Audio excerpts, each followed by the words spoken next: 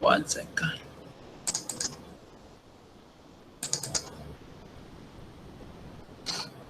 Now, can you see the schedule that I'm showing? Lecture schedule. Hello.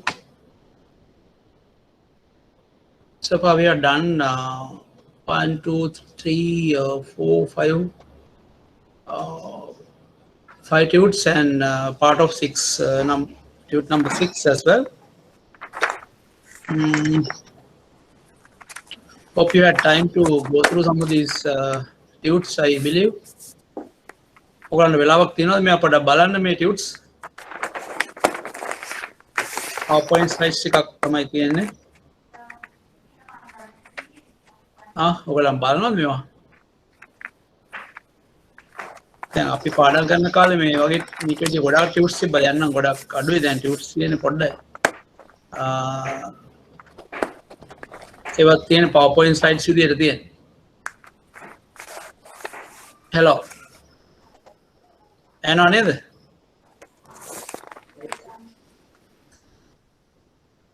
right. අපි දැන් බලමු පොඩ්ඩක් අපි questions ටිකක් මම එදා එවල තිබ්බා. ඔයගලන්ට මේක share වෙලා තියෙනව නේද? sample questions ටිකක්. අද අපි බැලුවේ දවසම මේ ටික අරගෙන කරන්න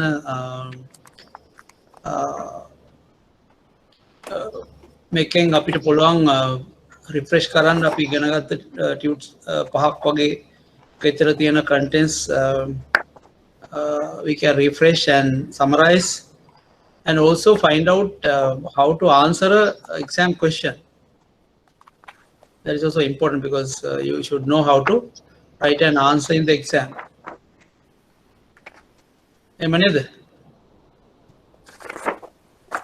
All right. Then we got to question number 1.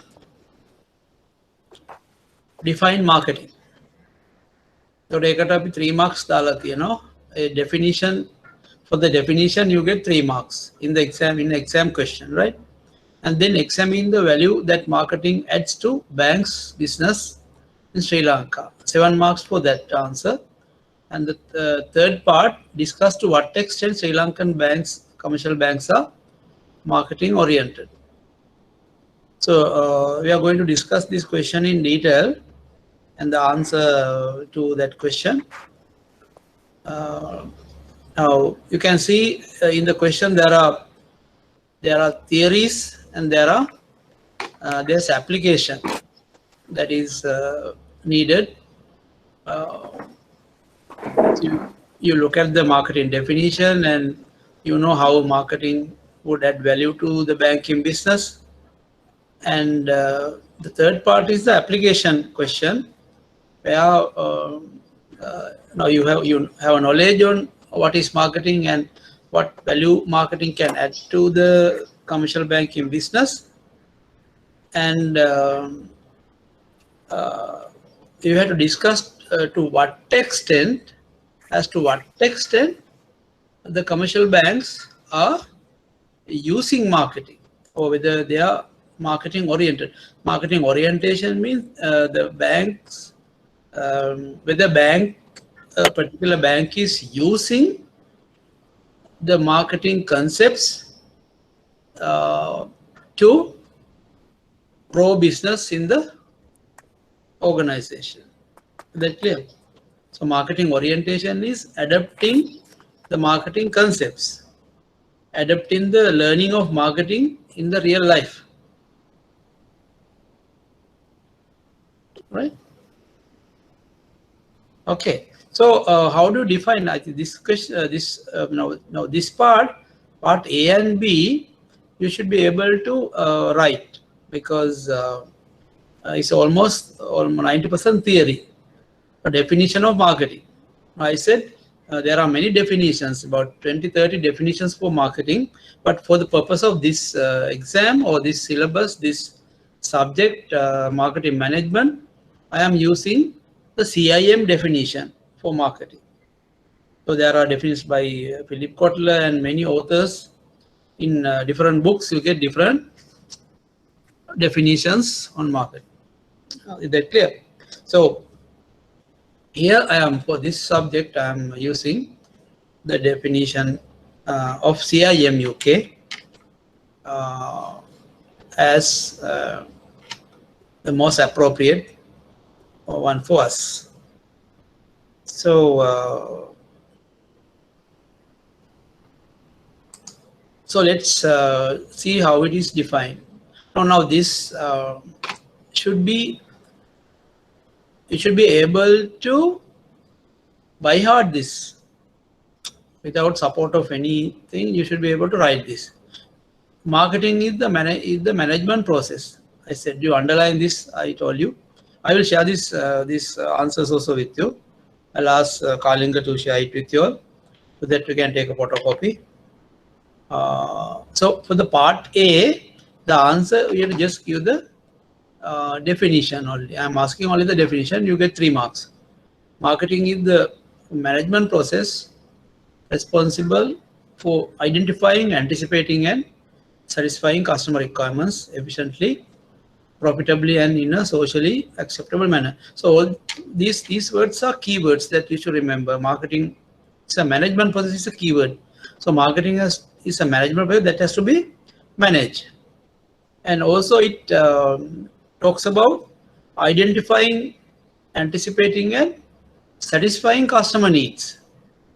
Identify those, these are the keywords: identifying, anticipating, and satisfying customer requirements and needs. And those that should be done in an efficient and socially acceptable manner, finally to make profit for the organization. So although this definition is short one, it has a very broad meaning, because identification of customers is a big task. Anticipating also a very big task. Satisfying customer requirement is not easy task.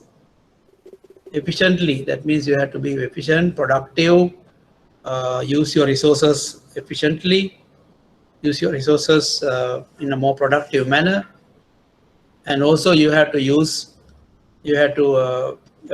safeguard the ethics in business. You can't do things against the society. You can't be unethical, and finally you have to make a profit, right? So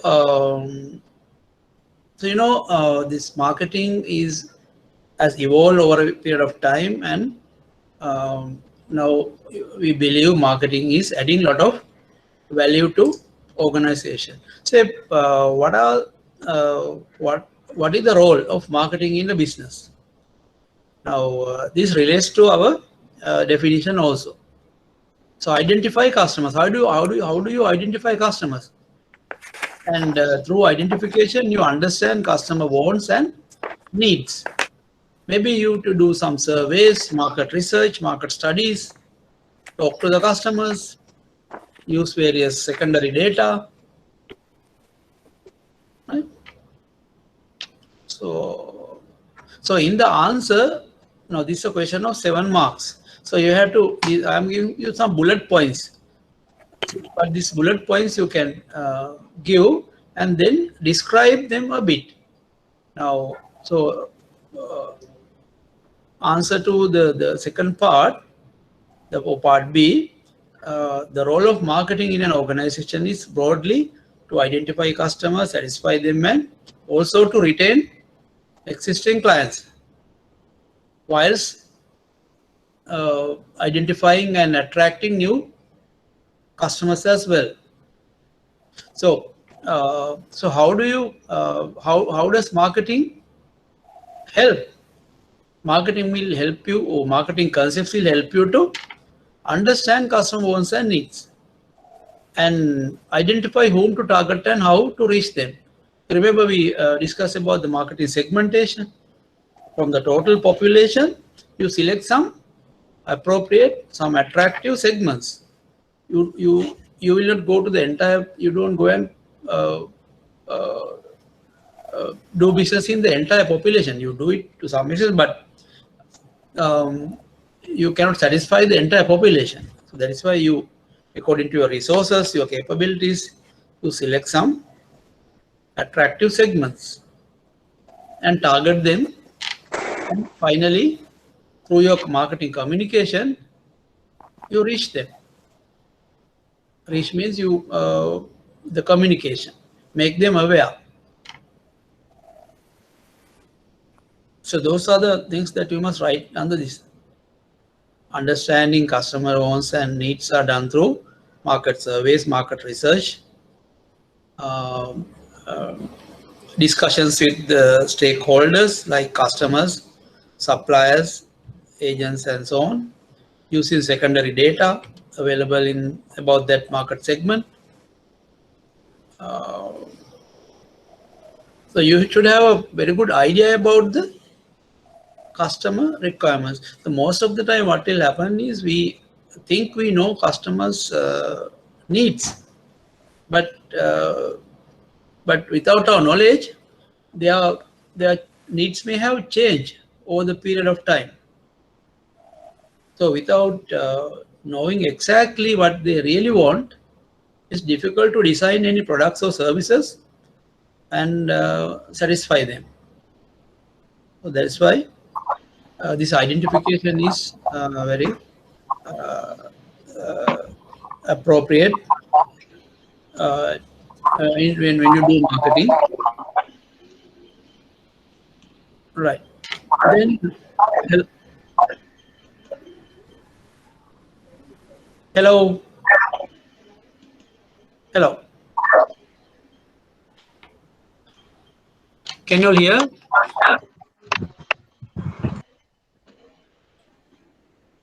You can hear me, no?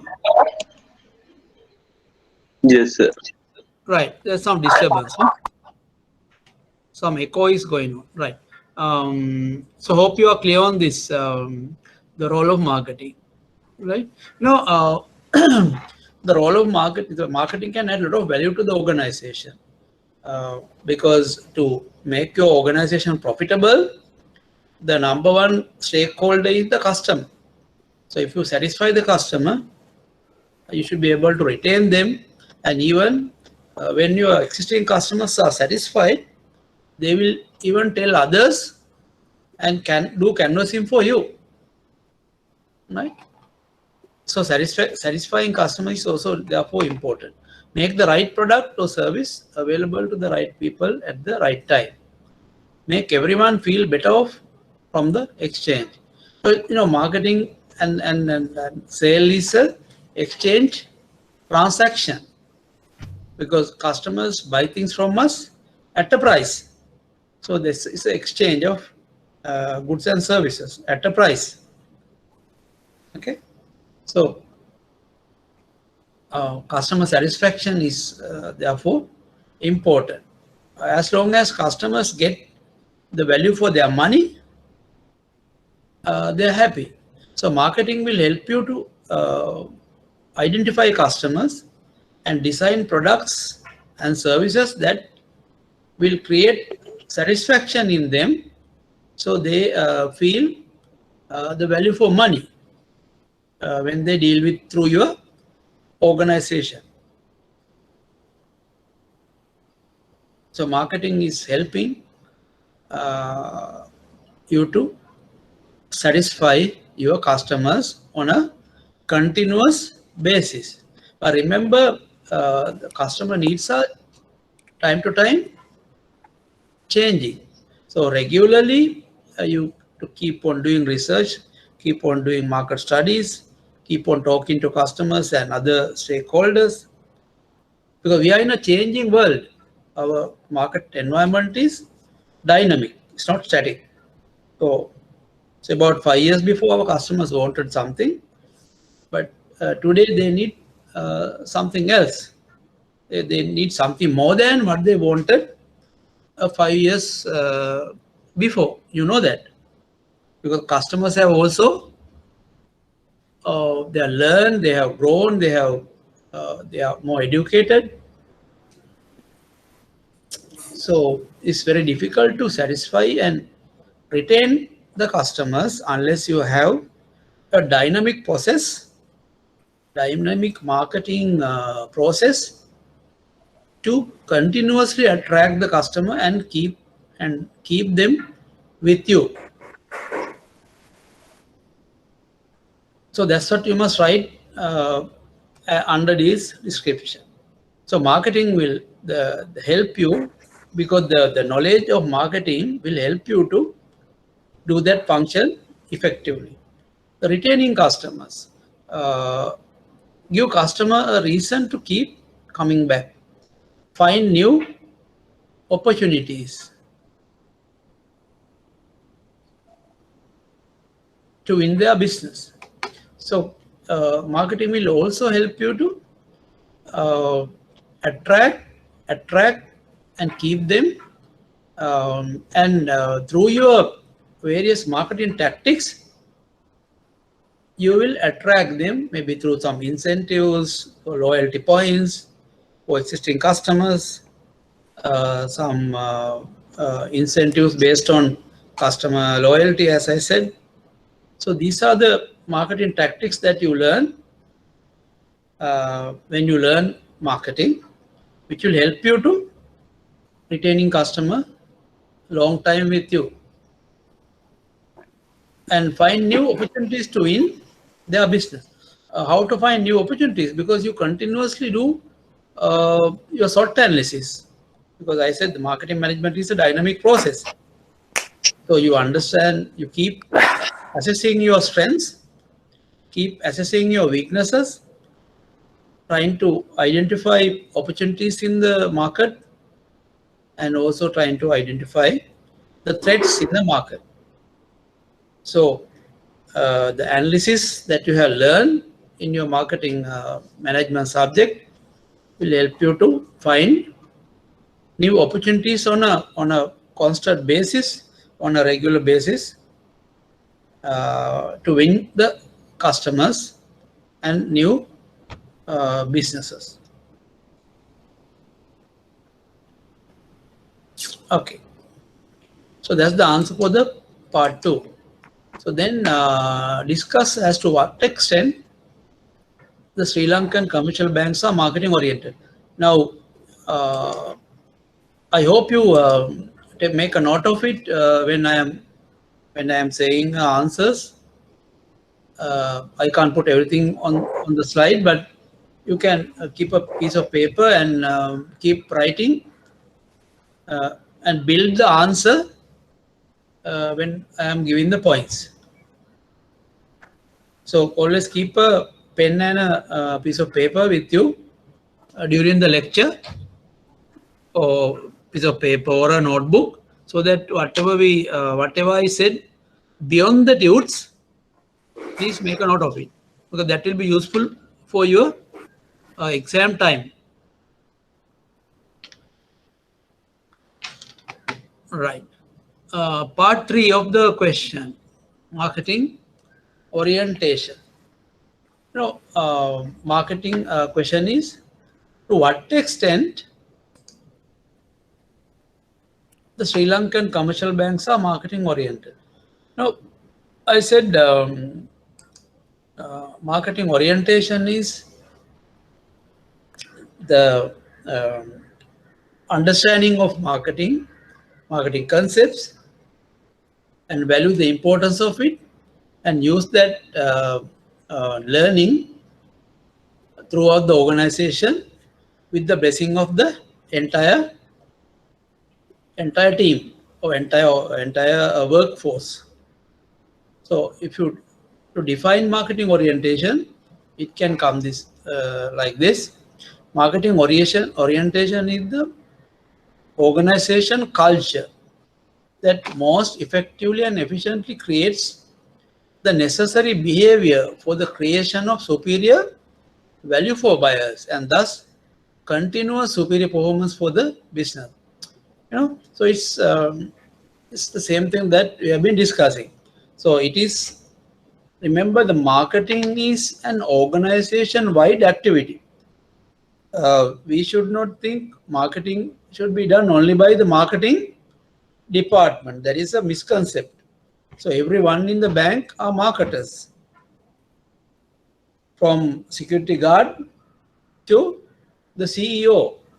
or the managing director will have to think in the marketing perspective.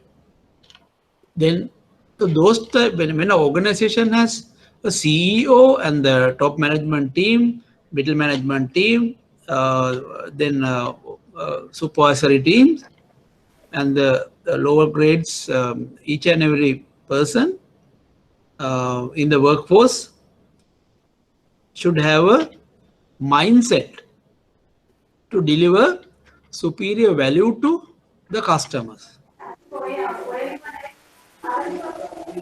So if everyone has that mindset, and also they want to do it on a ongoing basis, on a sustainable basis, then such an organization is a marketing oriented organization. So you should be knowing better about your organization. So on these perspectives, you can, on this criteria, you can evaluate your organization. Whether it's Bank of Ceylon or People's Bank or NSB, Commercial Bank, HNB, I don't know.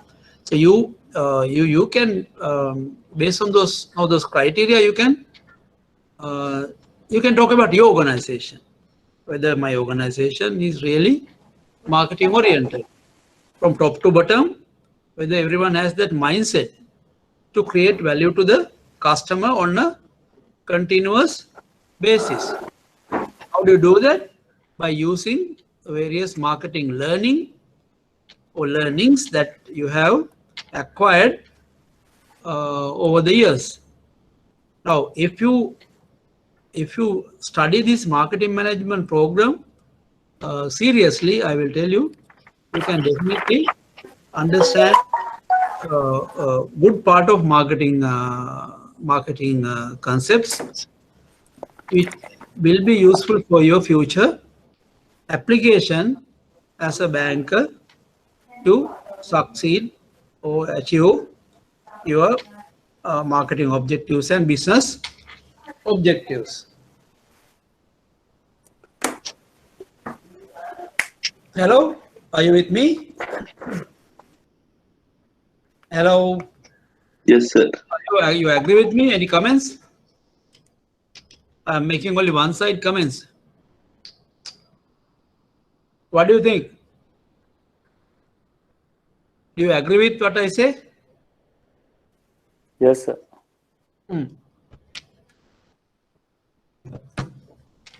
So this how you start the part C answer. So you first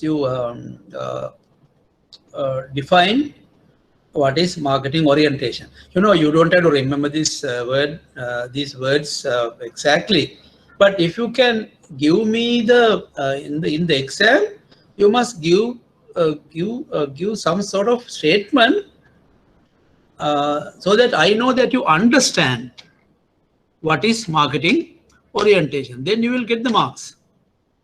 I don't expect you to by heart all these concepts and definitions, but what is most important is to understand what is said there, because that's going to help you lifetime as a banker to progress in your career.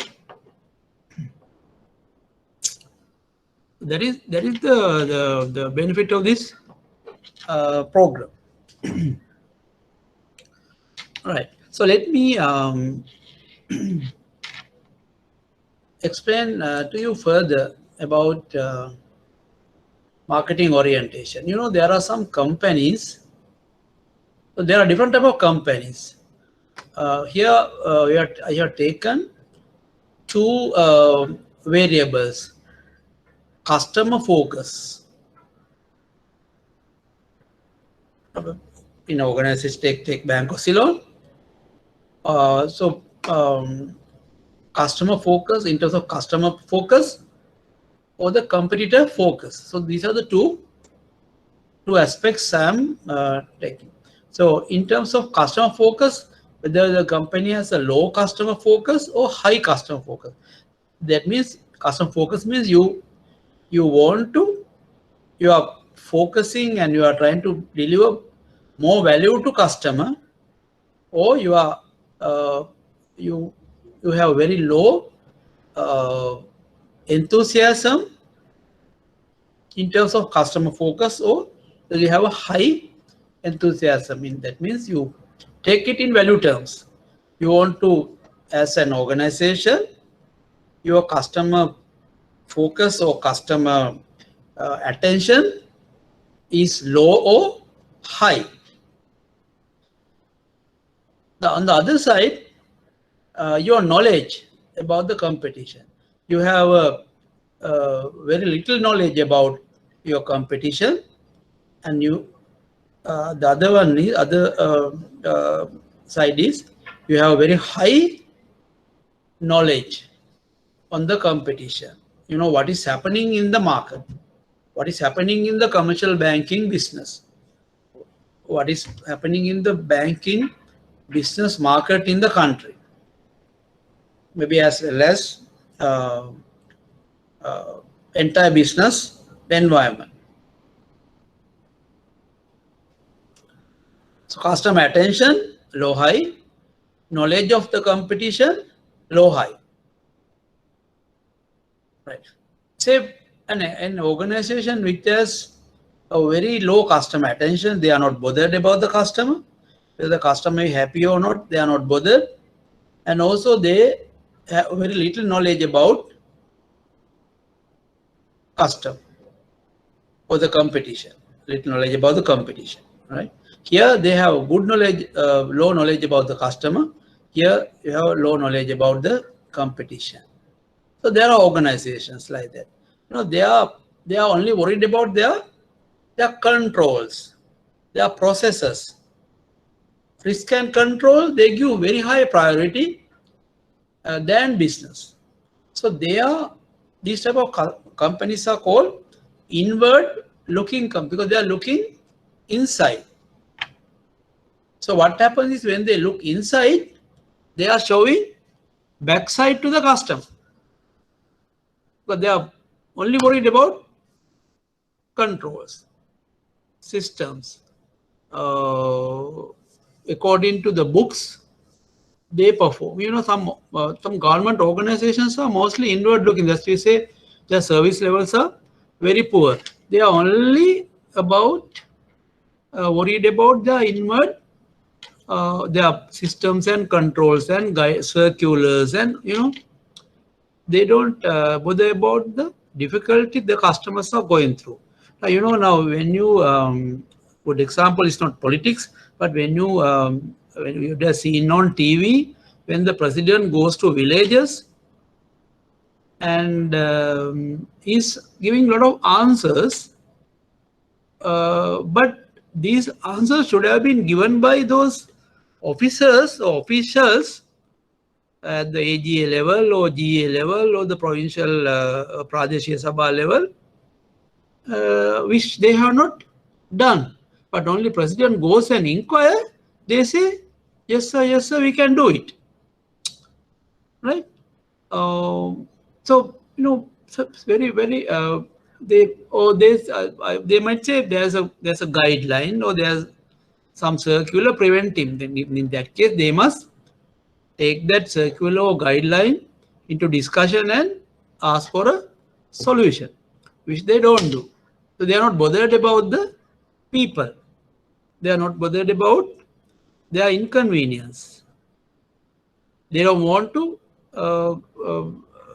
give some sort of good service to the innocent people around. So this what I'm saying. Even in the private sector, there can be organizations like that. Their customer attention is very poor. Their competitor knowledge is also poor. You understand that? So inward-looking companies,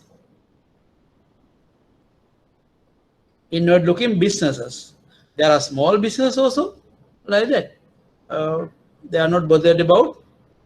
So you see when you go to some shops and some small boutiques, some to buy something, it seems they are not bothered about the customer.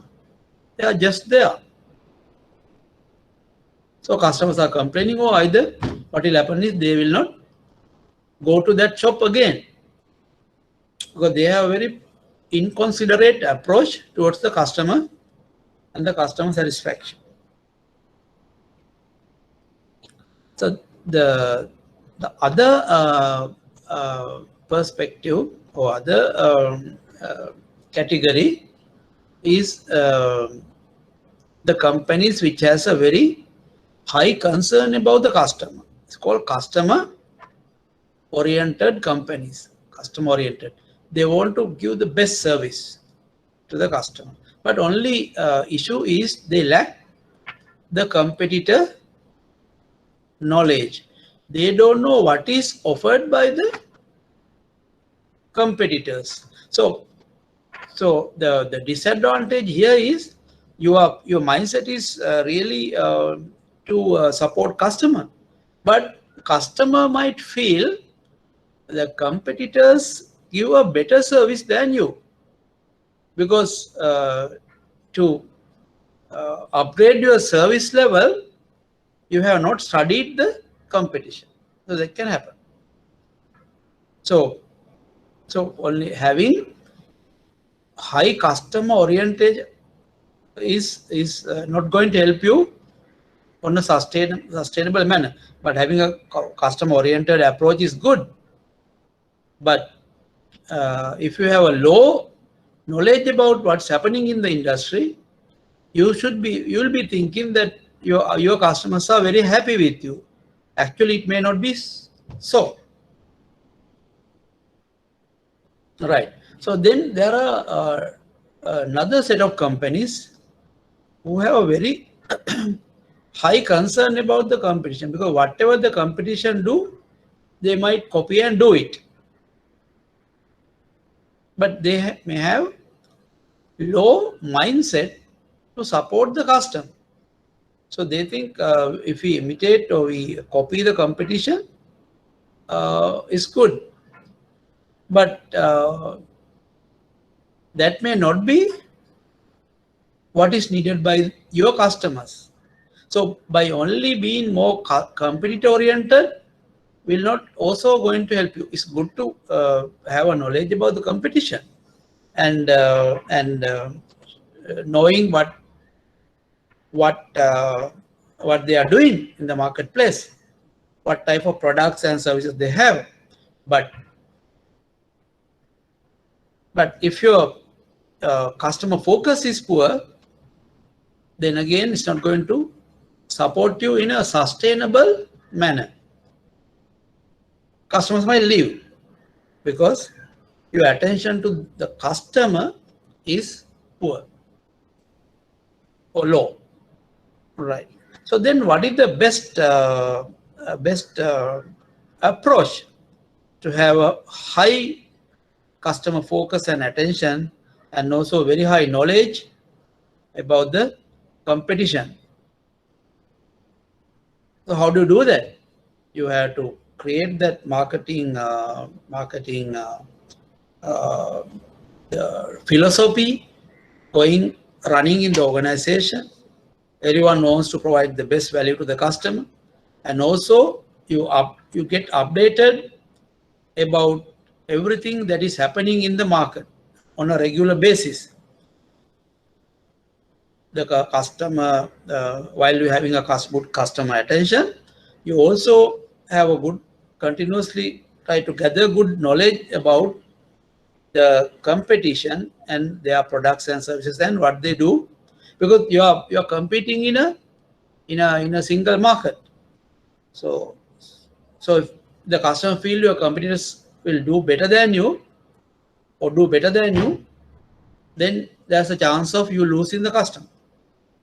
So marketing orientation is you are very focused, you are very alert towards the customer requirements and what's happening in the marketplace, and you are very dynamic and you keep changing, and ultimately you are able to provide sustainable value to your customers and progress your company. Right. So these are what I have discussed. You can go run through this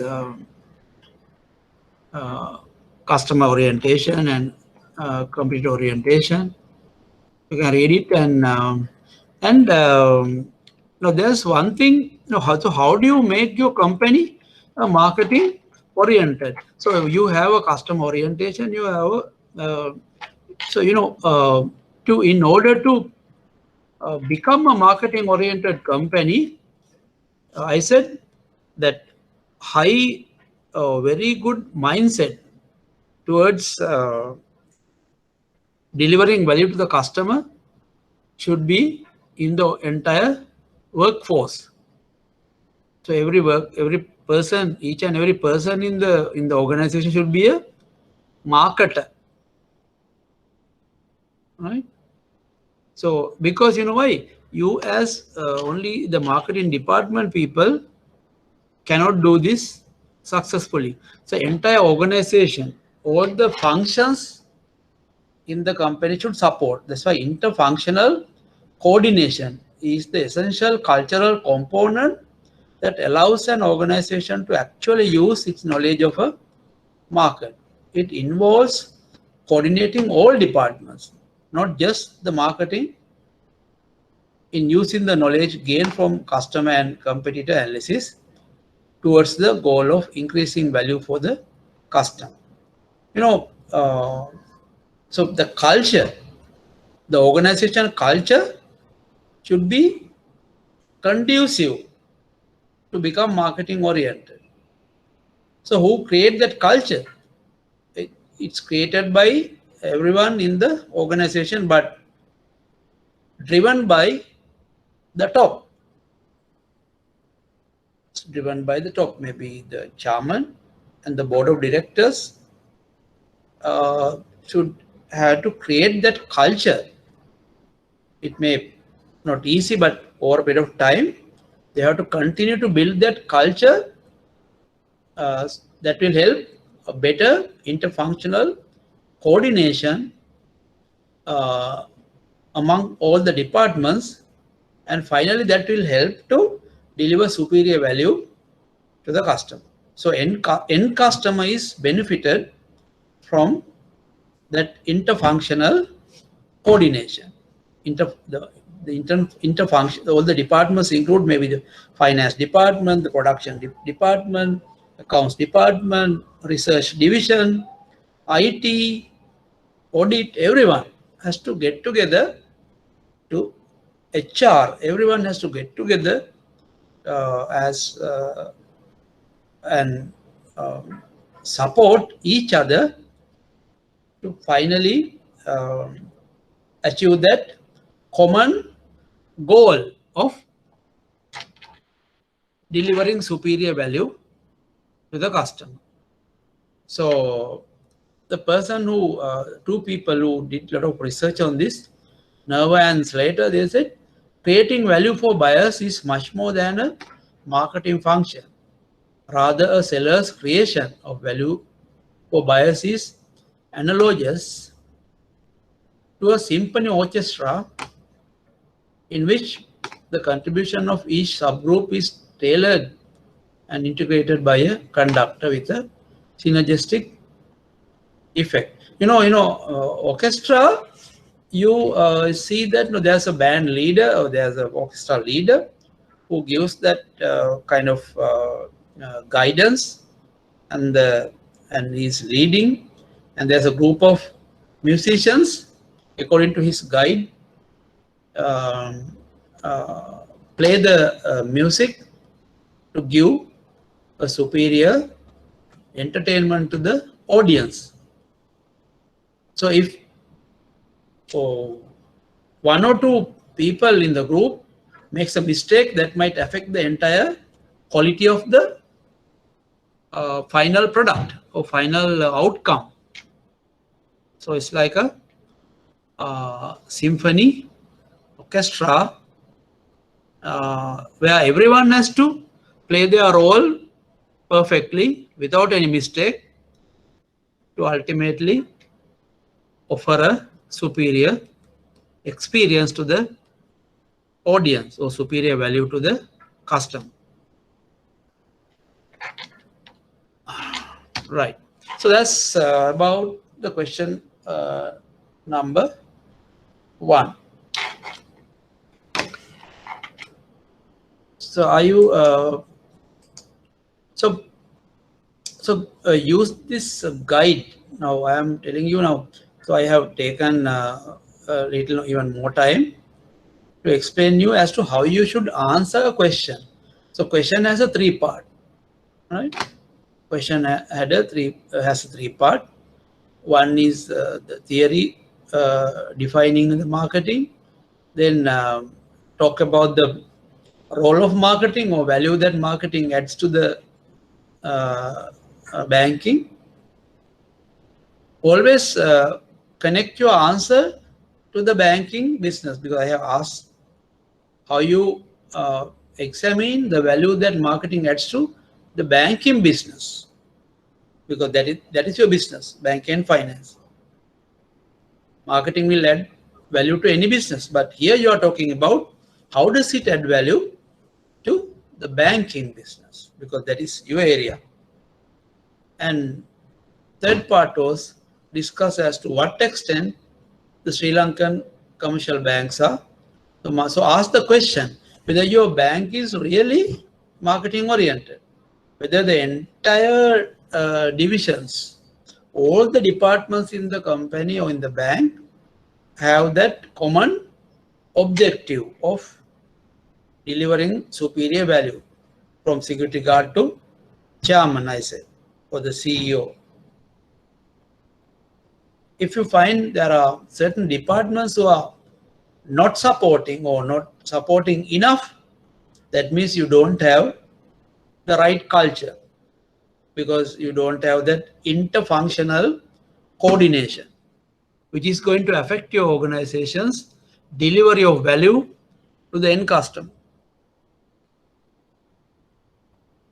So then you will find there are some companies in the market, they are not marketing oriented to the level that is needed.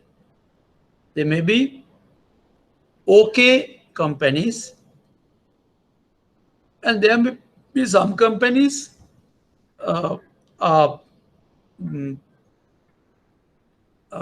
either more have very high customer focus, but lacks the competitor focus. Or some company will be they are driven by the competition, but they don't have much sense or mindset to look after the customer that they to the extent that they deserve. So ideally, if a bank's income, a bank that is really marketing oriented will definitely do well, because they win the heart of the customers and deliver value in a sustainable manner. Okay. So that answer gets 10 marks. But remember, to write all this, you have only generally half hour or 30 minutes. So during the 30 minutes, you must write the answer according to the time. Always in the exam, divide your time according to the marks. If it is 3 marks out of 20 here, give shorter time for that, and 7 marks. But you must give a little more time out of that 30 minutes, at least 10-15 minutes, to write the answer for the part 3. So I have seen in most of the answer papers, students don't divide their time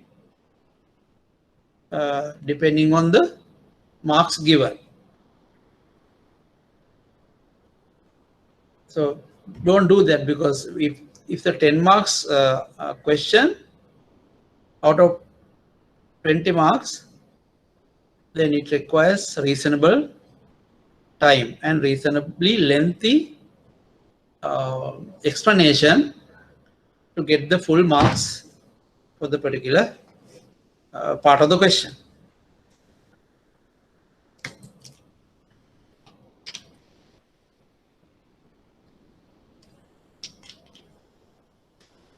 So I have explained this question fairly detailed, so I won't take that much of time for the other questions, because there are correct number of questions to be done. So question number 2, marketing should not be confined to a department but should be practiced by everyone in the organization. We have discussed that in the previous question also, discussed this statement in the context of the financial services industry. Almost same type of question, because these questions were given in two years, 2 different years, similar type. So actually, this part of the answer and this answer almost similar, almost same contents you had to include there. Discuss this statement. We don't know. So it should be, marketing should be practiced by everyone in the organization, not only the marketing department. Part 2, describe how the marketing philosophy can help in achieving organization effectiveness. Illustrate your answer with example. So that's what I said. Again, same thing. Even the answer for this question also we have discussed in this. Marketing philosophy is, what is marketing philosophy? Marketing philosophy is in the marketing concept or marketing. You remember that we discussed several concepts: the production concept, selling concept, product concept, marketing concept, and societal marketing concept. So what is marketing philosophy? End of the day, the focus on the customer needs and satisfy those needs, and through that satisfaction you earn a profit. The same thing that we discussed. So marketing philosophy is the profit through customer satisfaction, because that is a, although there is few words sentence, it has a broad action. It requires broad action. So it's not easy to satisfy customer needs on a sustainable basis. You need to do many things, accomplish many things to do that. But marketing philosophy is about achievement of profit through the satisfaction of customer needs on a regular basis. I told you, is always customers look at the value they receive in terms of financial terms, in terms of non-financial terms. So if the moment they feel they are not getting the value for the money they have spent, they will not be happy. They will be dissatisfied, and there's opportunity, there's chance, probability of they leaving you, or a competitor may attract them without your knowledge.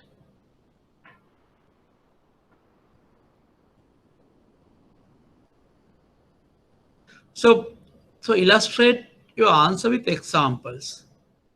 So marketing philosophy can help in achieving organizational effectiveness. So take an example. Now we have seen in some branches, when the customer service is very poor, that is reflected in your business, because the particular team in a particular branch has not been able to drive that marketing philosophy in that particular branch. We have seen that, I have seen in many places, when the branch is not doing, branch doesn't do well, there are reasons. What are the reasons? The entire branch is not marketing oriented. So say branch, to be marketing oriented, that concept or that philosophy has to be driven by the branch manager. So what should branch manager do? Branch manager will have to drive marketing in his branch. So how do you do that? He will have to communicate internally. This is our objective. We need to we need to continuously satisfy our customers on a sustainable manner. So internally, this message has to go, and everyone should agree on that. Everyone should support on that. And if the employees do not support that, what will happen? They will not create any happiness in the minds of the customers. So it is connected. So internal marketing, which we are going to learn later on. So internal marketing is basically practicing marketing within. So manager has to communicate, and everyone has to agree on and satisfy about the message that manager is bringing in for their, because if they want to grow, they have to continue to satisfy customers who will retain with you on a continued basis. So marketing philosophy is there. Therefore, driving the marketing concepts within the organization with the support of everyone through very effective internal marketing, which will help finally to improve on the external marketing. External marketing is the customer, what you provide to the customer. Maybe that will help to improve the customer satisfaction.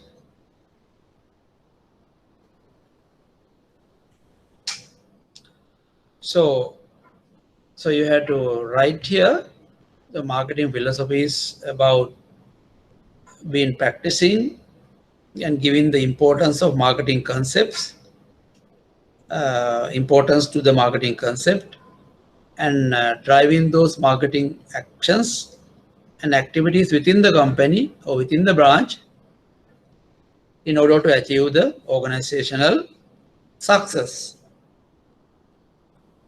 So you can have your own examples in your during your career. You would have seen that. So some branches, there are a lot of customer complaints. The customer service is poor, customer attention is very poor, which has affected the entire branch growth.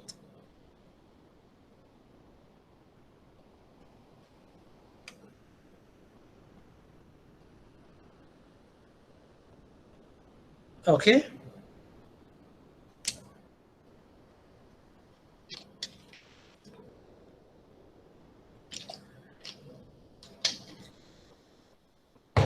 So answers to both questions are almost similar. Again, the question part 1, 10 marks, and second part, another 10 marks. Question number 3. What is marketing environment? Identify the various environmental factors that influence a company's business performance. So what is marketing environment?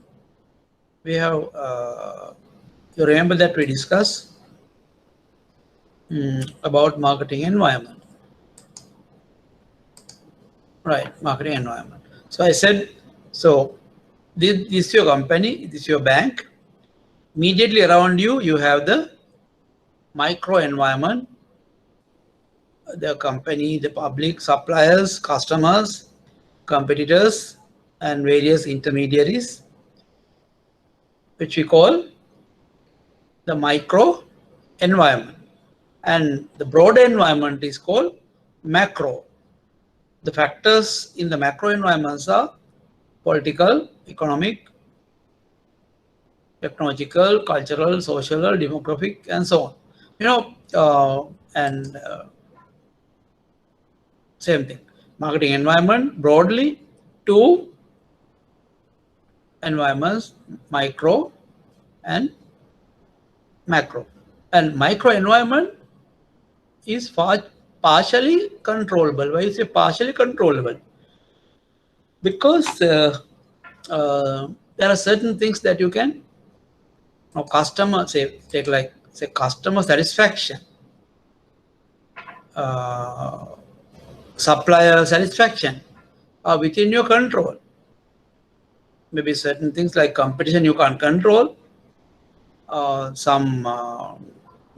Certain things you are not able to control, but there's some amount of control is available because you are dealing with on a daily basis, day-to-day basis. Therefore, it's a partially controlled, but macro environment or the external environment is not controllable. Those are the political, economic, cultural, demographic, and so on. So, you know, pestle factors are very broad, and those will have an impact on your business.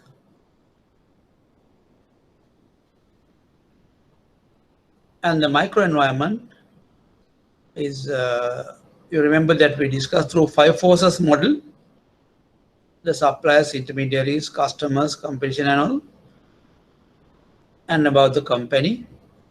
So therefore, marketing environment is comprised of, so you will have to draw this when you give the answer. This one and this one, at least one, maybe this is enough. Micro environment divided into two, micro and marketing environment divided into two, micro environment and macro environment. And these are the factors that are there in the. So you can describe here the macro environment made the pestle factors, and the micro environment is supported, is understood through 5 forces model. 5 forces model. So you can take down here the pestle framework, here the 5 forces model framework. To analyze micro, 5 forces are used, sufficiently used. Macro environment, the pestle, political, economic, social, technological, ecological, and so on. There can be many broad factors that are affecting. So the question part 2 is identify various environmental factors that influence a company's business performance. So so here you have to discuss both. So what are the factors that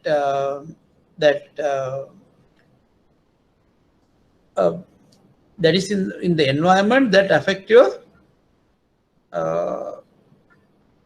or influence your business? So there are many factors that affect you. The competition, right? The relationship with your suppliers, the intermediaries role, the customers behavior, but they're external to you. And then broadly, if you take the political, the policies of the government, change of government have impact on your business. Their policies, economic policies might change. The regulations, legal frameworks may change. The tax laws and various things have changed. The central bank, the monetary policy, fiscal policy, all have impacted on your business performance. The technology is changing fastly in a very rapid pace. Or digitalized banking is needed and demanded today. Digitalizing banking has become a order of the day. Technological, social also changed because with the pandemic situation, customer behavior, the society's way of doing things have changed. Ecological factors, environmental, like the planet, there are issues with regard to planet destruction, the carbon issues. Yes, there are issues in Sri Lanka today. Protecting, instead protecting the forest, they are destroying the forest. The climatic changes have taken place because of the destruction of forests. There is a lot of blame on this government. They are destroying the forests. So these are connected, and these factors may have impact, because when the forests are destroyed, what will happen? There will be temperature or climatic issues. The rainfalls will be affected, then the agriculture will be affected, then the economy, the revenue to the government, revenue to the country get affected. Now this time they say the paddy harvest is very much below the expected level, because there have been very irregular rain falls, which has impacted the paddy harvest. The paddy harvest may have affected many growers, many mills. It will have impact on the banking sector, because loans given to these farmers, loans given to these millers may be defaulted.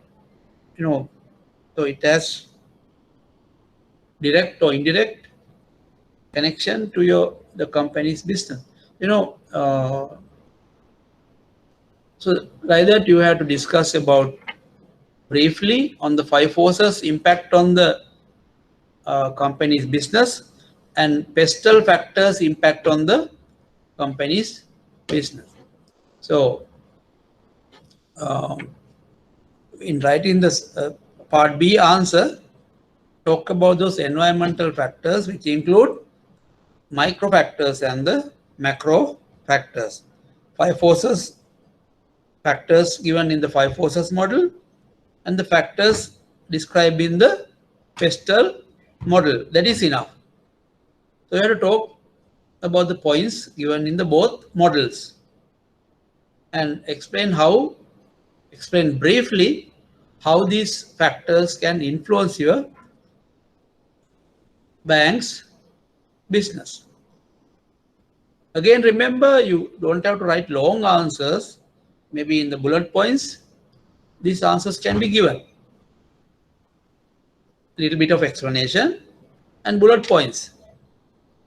Always don't write essays in your answers. Essay type answers are not required, not welcome. Even part A also, you draw that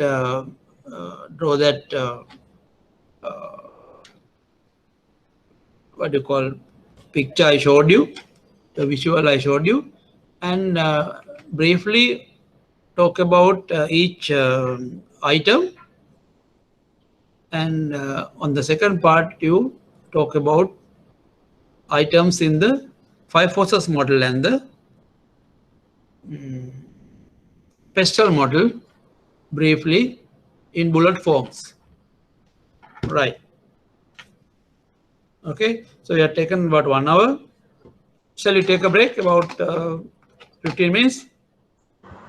Yes, sir. Okay, sir. Right. Thank you.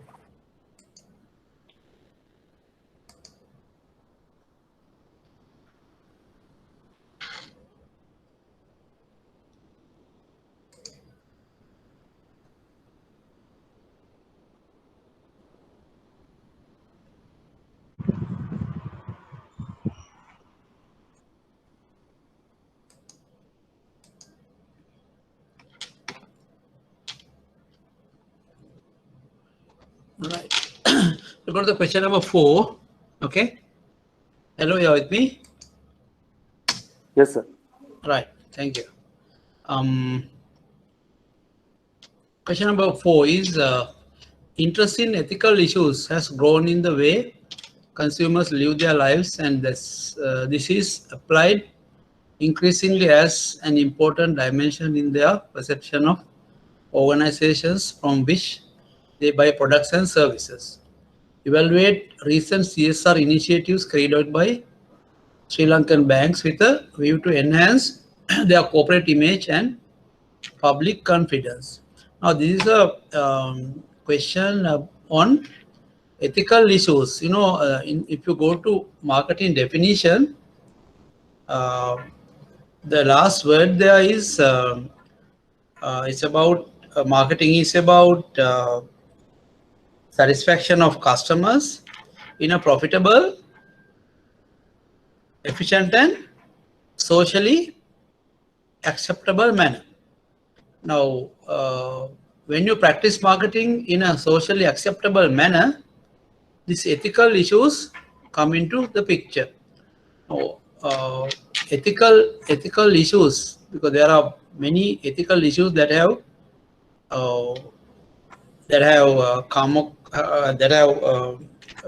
impacted businesses, and there have been a lot of complaints that some organizations have been practicing a lot of unethical marketing activities, unethical manner, or socially unacceptable manner. You know, you have to be ethical to be accepted by the society.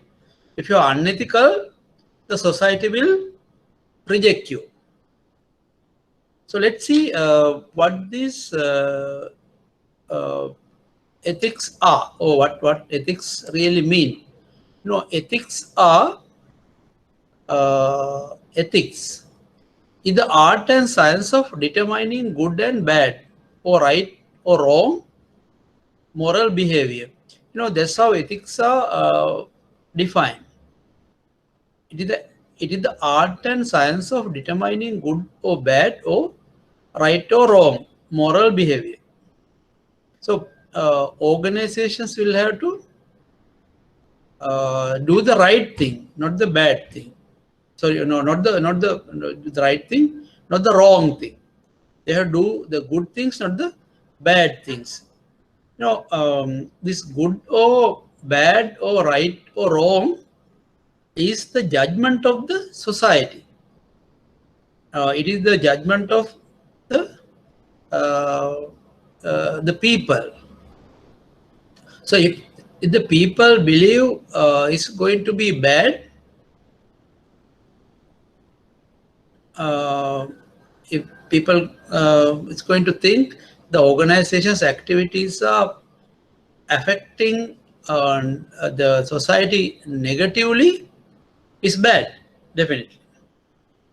And if the organizations, if the society thinks the organization is doing wrong things, immoral things, then again that is bad. So then they are becoming unethical, right? So therefore you can take down this ethics, how ethics is defined.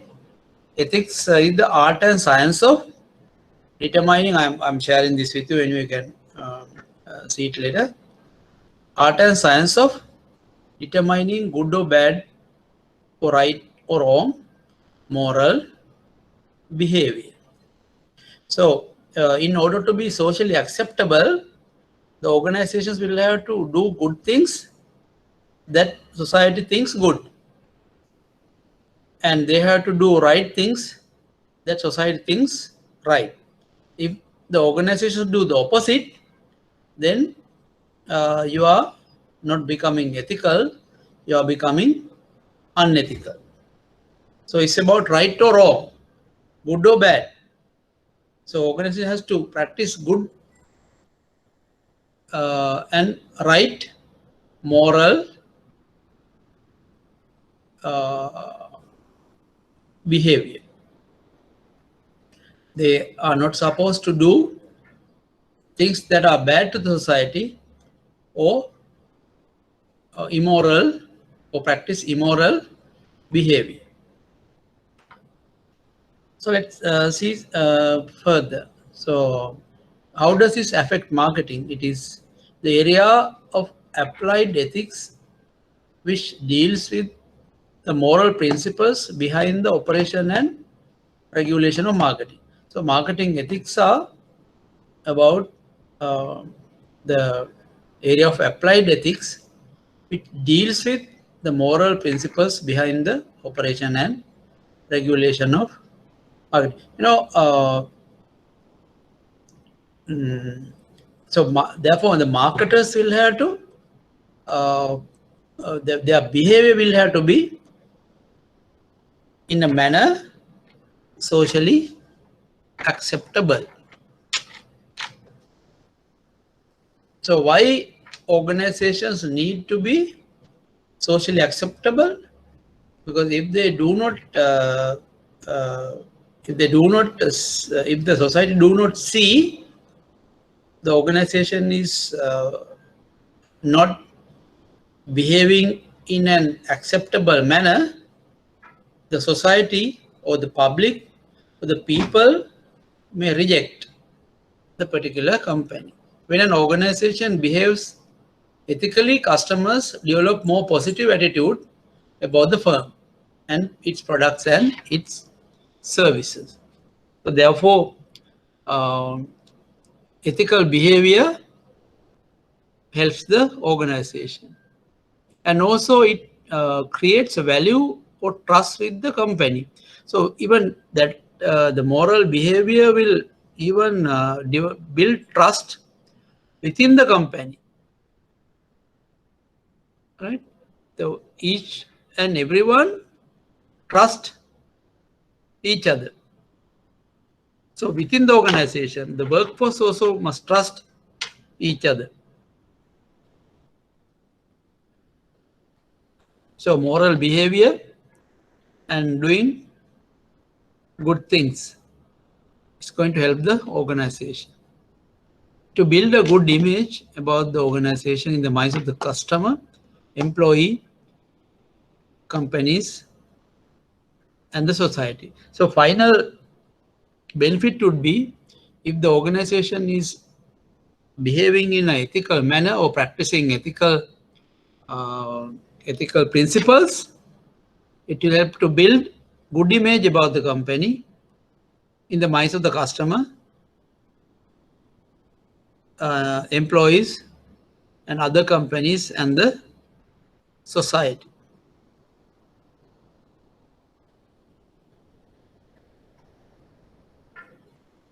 So I'm just explaining the ethics, what ethics are and what is the benefit of ethics or being ethical as an organization.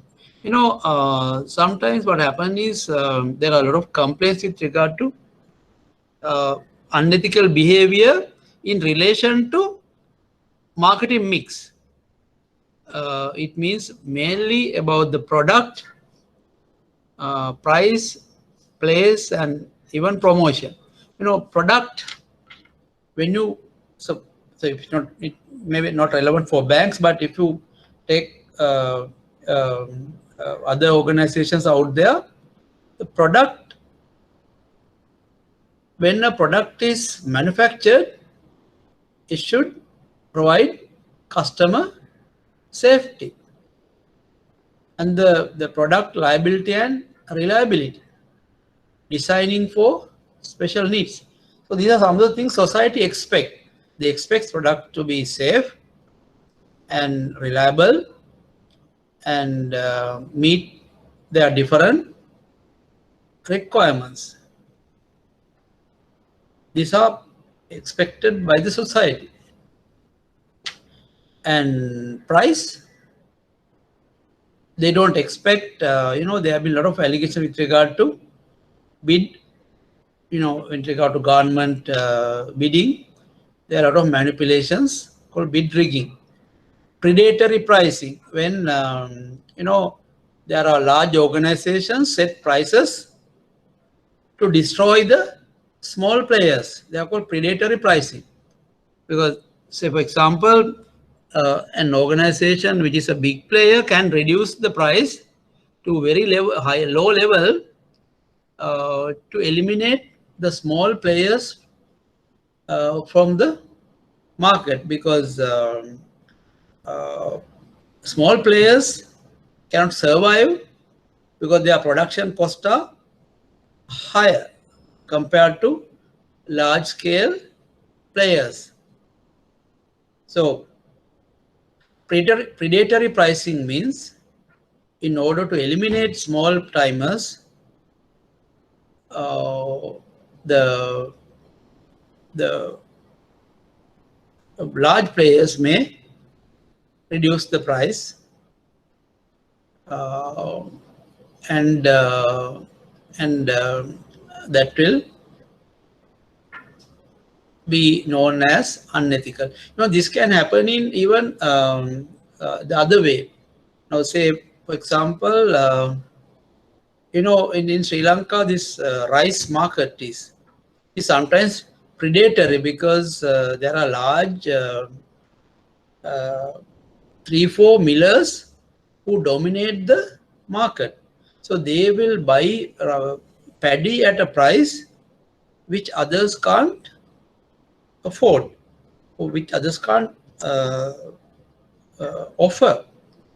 So that will result in, because bigger players, bigger millers can afford to pay a high price, because their production processes are very efficient and their costs are fairly low with regard to operational costs, and they are resourceful, so they can absorb even a loss in order to eliminate small millers from the market. So that can happen. So predatory means the purposefully thing that large players will do in a particular business to eliminate small players from the price fixing is, price fixing is again a manipulation which leads to some sort of bribery with regard to, say, government or large scale contracts. This price, you would have seen this match fixing is something similar, because you decide prematurely on a certain decisions and go according to that. So there are some parties who get affected, some parties who get really benefited. So price fixing.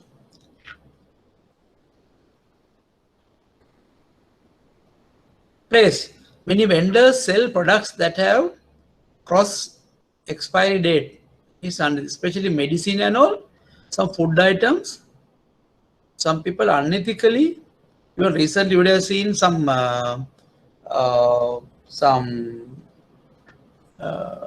food stuff. I can't remember what it is. Maybe some oil or some cheese, butter, and various stuff. They are relabeling the expiry date. Actually, they are expired.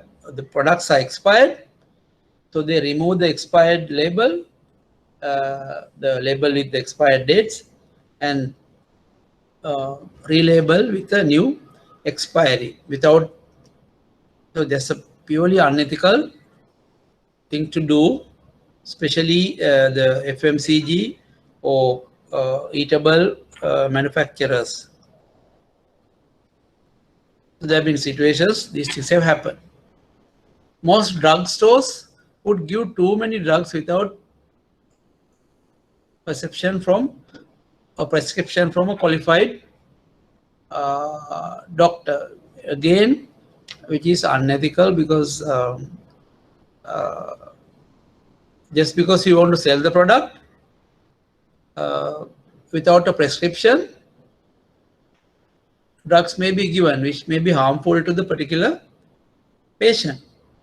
So, but some pharmacies are very strict. They don't issue any drug without a acceptable prescription from a qualified doctor. So these are some of the unethical practices we see in the market. And another, in terms of promotion, promote unhealthy products.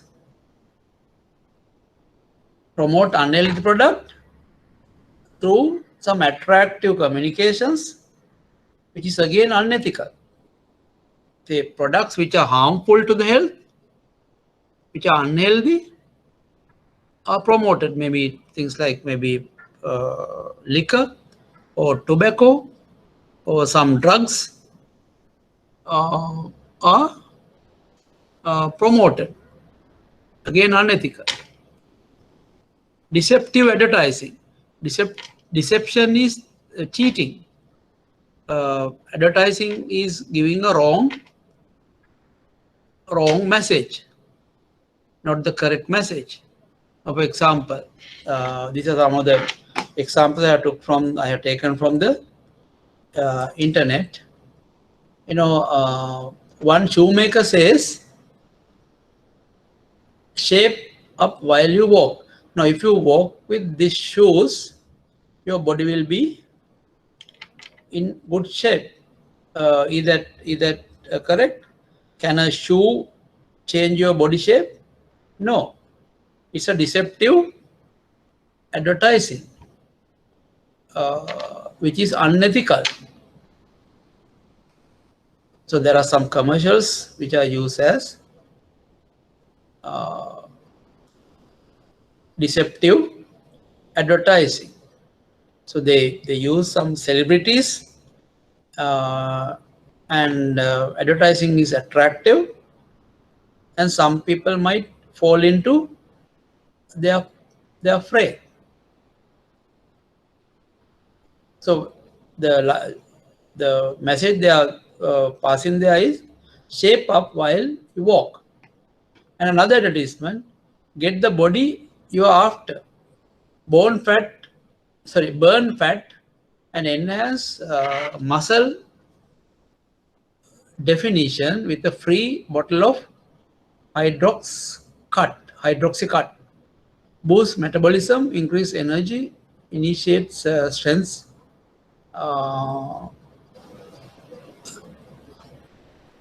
Thermognosis, enhance neoprene production.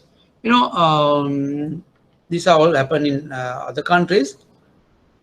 This company in 2009 had to recall all the hydroxycut diet pills and pay $1.5 million to settle 10 California district attorneys' complaint. They claimed that the company was falsely advertising, so deceptive advertising, its diet supplements, some of which contain lead. Lead means LED. Lead is another harmful ingredient to the body. You know, these are called deceptive advertising. So another one I got from the internet. Duracell Ultra Advanced and Duracell Ultra Power batteries were most expensive than regular batteries, although did not provide longer life than regular alkaline batteries. So Duracell just say, so you would have seen this kind of enormous type of deceptive advertising you find every day. So people are being cheated, and some people fall into this deceptive advertising. So although they say advance lasts even longer, the research have found all were more expensive than regular batteries, although did not provide longer life than regular alkaline. So same thing, both are regular alkaline batteries, but through advertising they are trying to promote a message that they have a longer life. Right. So getting back to some of the examples I gave you in relation to ethical issues in the marketplace, which are not pertaining to banks but pertaining to non-bank organizations, FMCG companies, companies who are selling various other goods, maybe which are again used by the customers. That was just given to understand ethical issues in marketing. So it happens not only in the banking sector, it happens all in the other marketing environments as well. So getting back to our question, evaluate recent CSR activities carried out by Sri Lankan banks with a view to enhance their corporate image and public confidence. So this question has 20 marks. So evaluate recent CSR initiatives carried out by Sri Lankan banks. You know, banks have been doing a lot of CSR activities. So I just took one bank's example. You can run through their website and can find out various CSR activities that they do on a regular basis. Why do they do that? The researchers frequently conceptualize CSR as the requirement for corporates to make additional contributions up to the well-being of society. So CSR is about making an additional contribution, additional support to the society or society's well-being, right? CSR stand for corporate social responsibility. So as a corporate, banks think they have an additional obligation, responsibility to support the well-being of the society.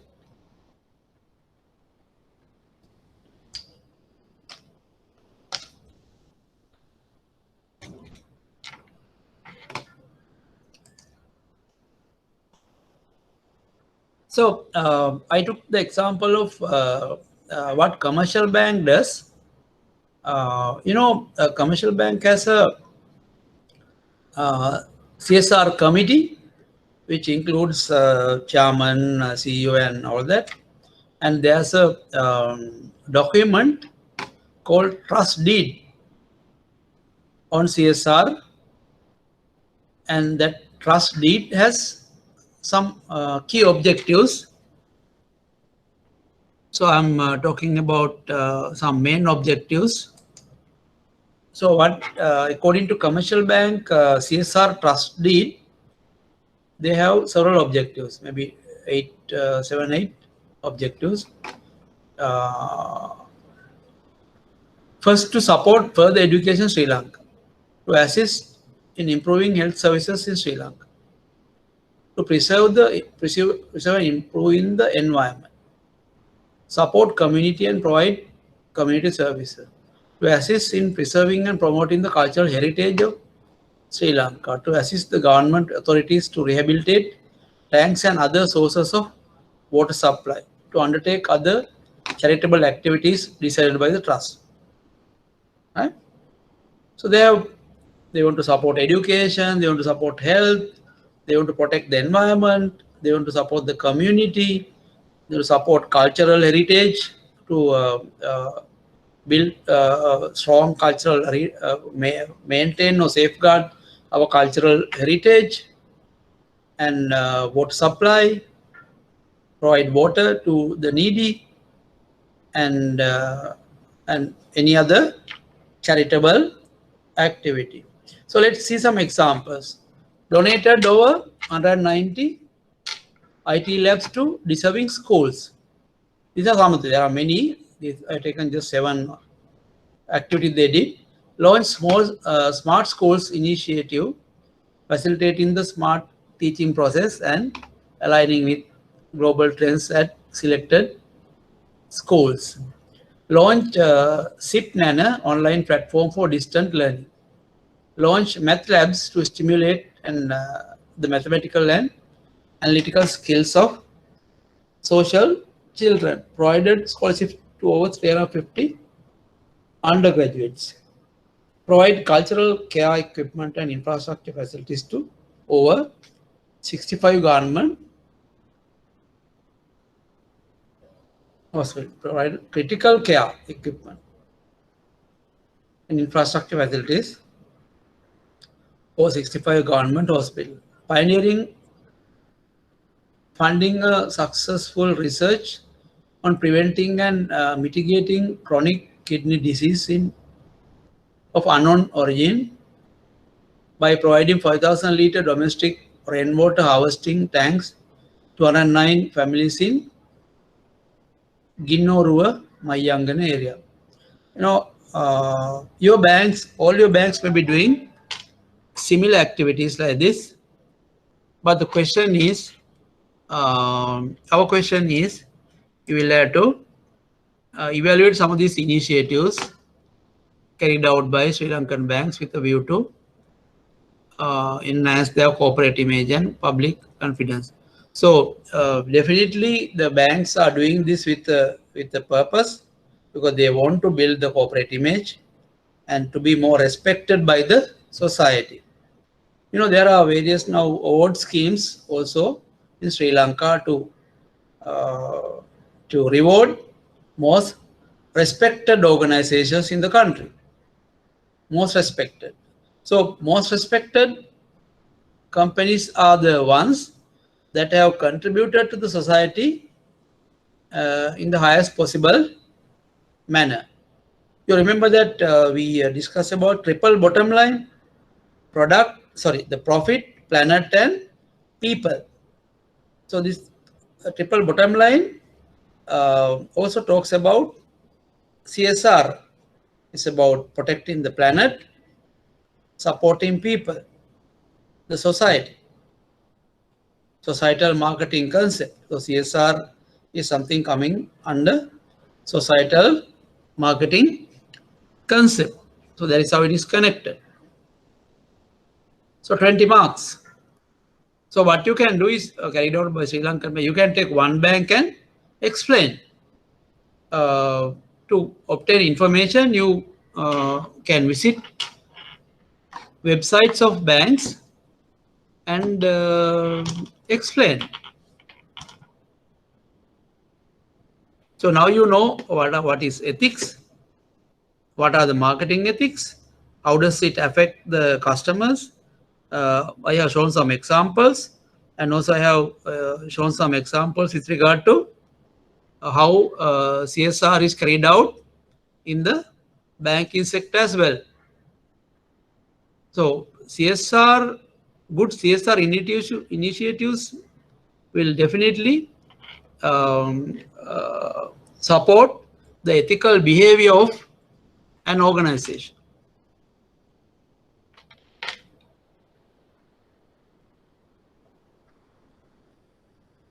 Okay. Right. So then next,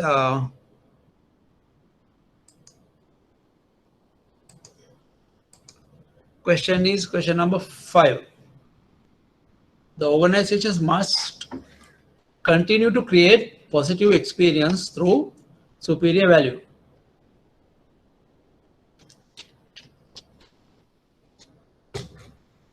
In the minds of customers, and this would no doubt enhance the value of the brands.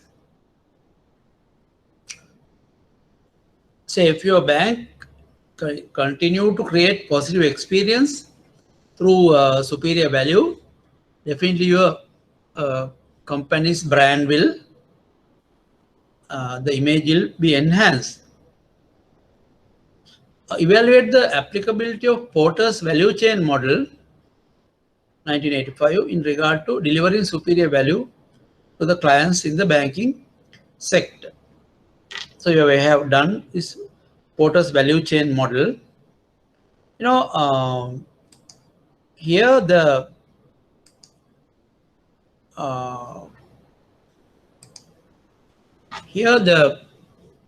so this again has a connection of we discuss about the inter-functional cooperation. To deliver value, everyone has to support. So the marketing and delivering value is everyone's business, not only the marketing division. If you, the Porter's value chain also discuss about the applicability, the Porter's value chain also talk about as to how a company should coordinate all the divisions to finally deliver superior value. That is how they make margins or profit. Here margin is the profit margin, your surplus. So, and Michael Porter said, so there are primary activities happening in organizations and there are support activities. So what are the primary activities? We discussed that when we inbound logistics, operations, outbound logistics, marketing and sales, service. Now, with regard to manufacturing business, what are the inbound logistics? So you are, say, if you are manufacturing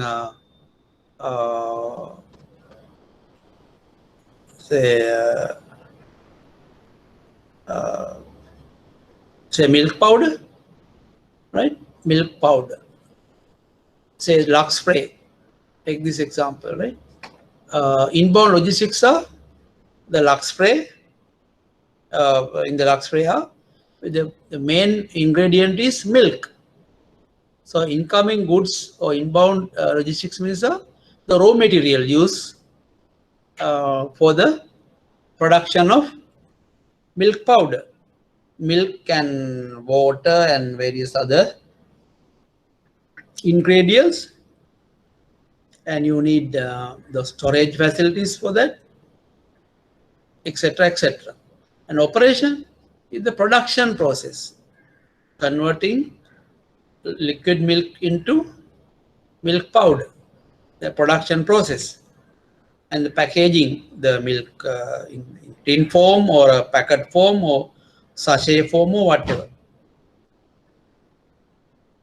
All right. Outbound logistics, warehouse management, delivery, then delivery of milk powder after production. Then marketing and sales, the pricing, the distribution process, advertising, etc., etc.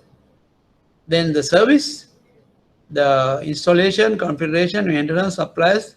After that, the installation of machinery and plant required for the production, maintenance, and also after sales service to the, if necessary, if required, to the customers. Dealing with the suppliers, suppliers are the milk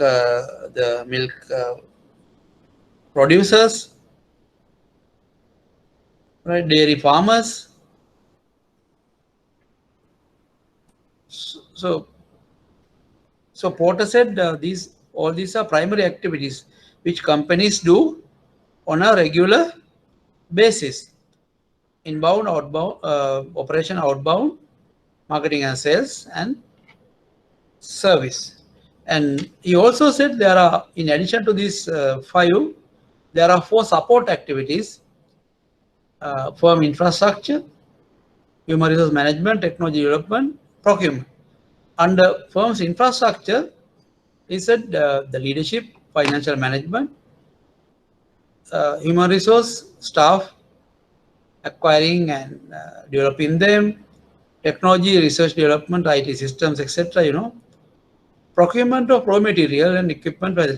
Procurement is the purchasing, purchasing arrangement. Somebody has to purchase, keep purchasing the material.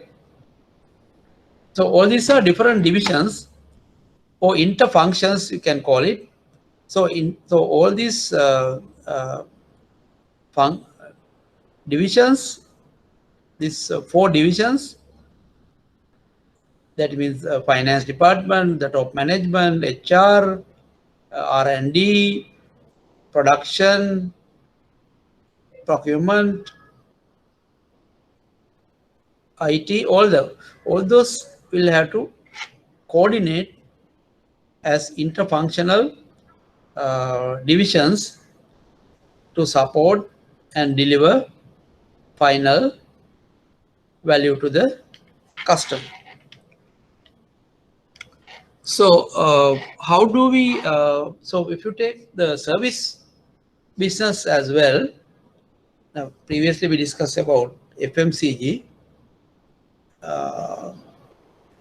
If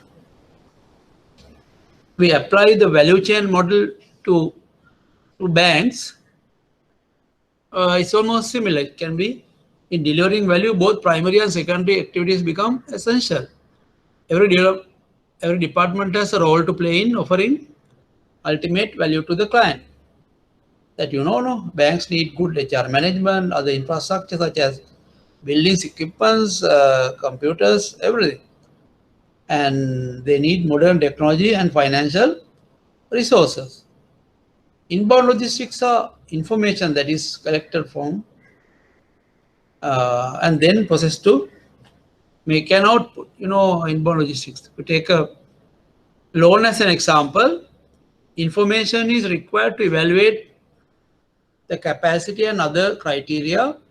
Then they are processed and recommended before granting the loan. Finished products for the output is the outbound component. What is the finished product? Finished product is the loan. Though you have information and data, they are processed, evaluated and recommended and approved, and then finally the loan is available for disbursement. So finished product is the disbursed product. In the process of granting a loan, various divisions get involved, namely the branch, regional office, head office, depending on the size of the facility, legal division, valuation division, valuation department, IT department.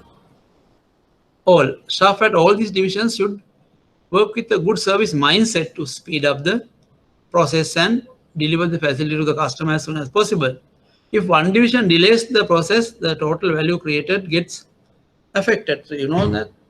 So even giving a small loan facility, maybe housing loan, value chain model may be a useful thing. So it's like a links in the chain. Every link is important. If one link is broken, the entire chain is broken. I hope you understand that.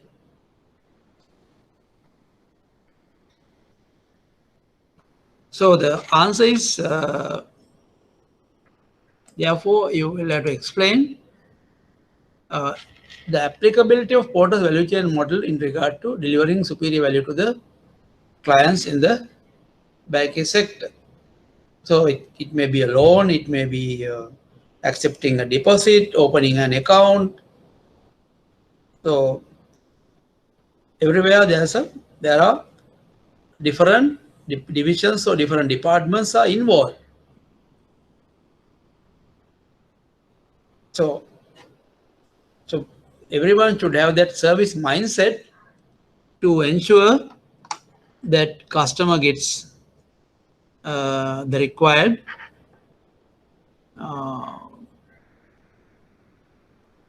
or customer obtains the value according to his or her expectation.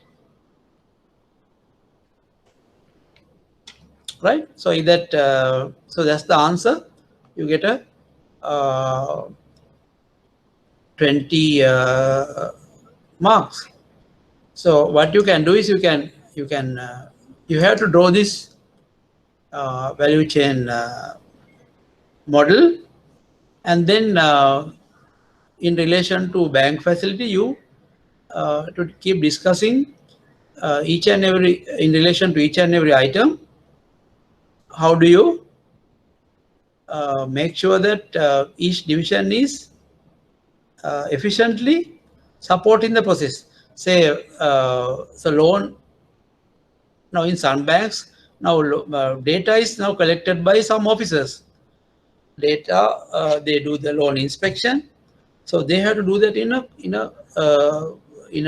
a planned manner as early as possible, collecting data, collecting information about the customer to assess the creditworthiness of the customer. Then the approval process, recommendation. Again, they have to follow some timelines within the desired timelines. The facility has to be approved and disbursed within the time frame. And during that period, there will be the pricing involved, and structuring facility, and so on.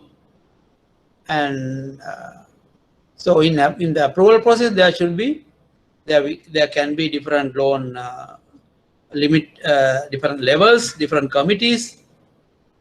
You need staff to evaluate and drive this exercise. You might need an IT. You may have IT platform to approve the facilities online base. So again, the several departments, several divisions may get involved in the. So you can divide the different activities in regard to a loan facility and explain in terms of Porter's value chain findings or teachings.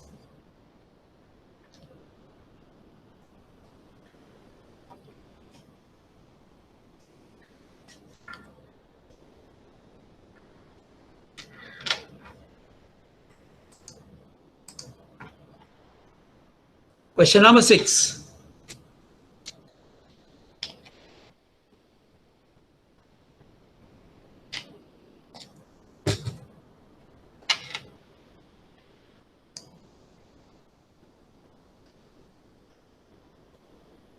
Question number 6.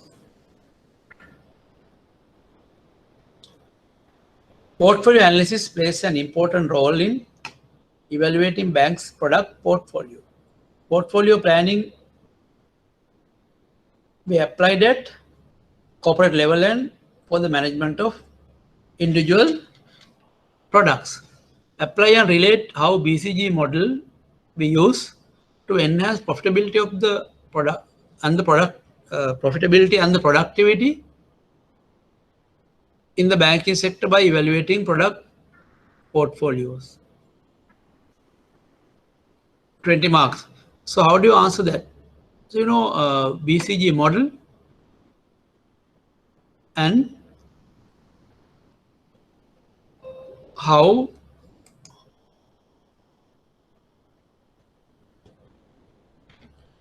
BCG model be used to enhance profitability and the productivity.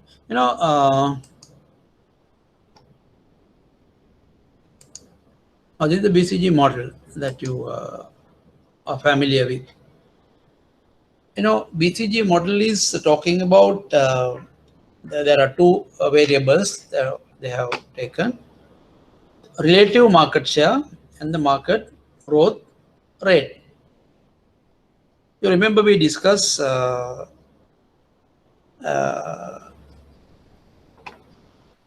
when a product is launched, right? So these products are recently launched products which are in your product portfolio, and also you have you have products which are launched about few years before, not very recently.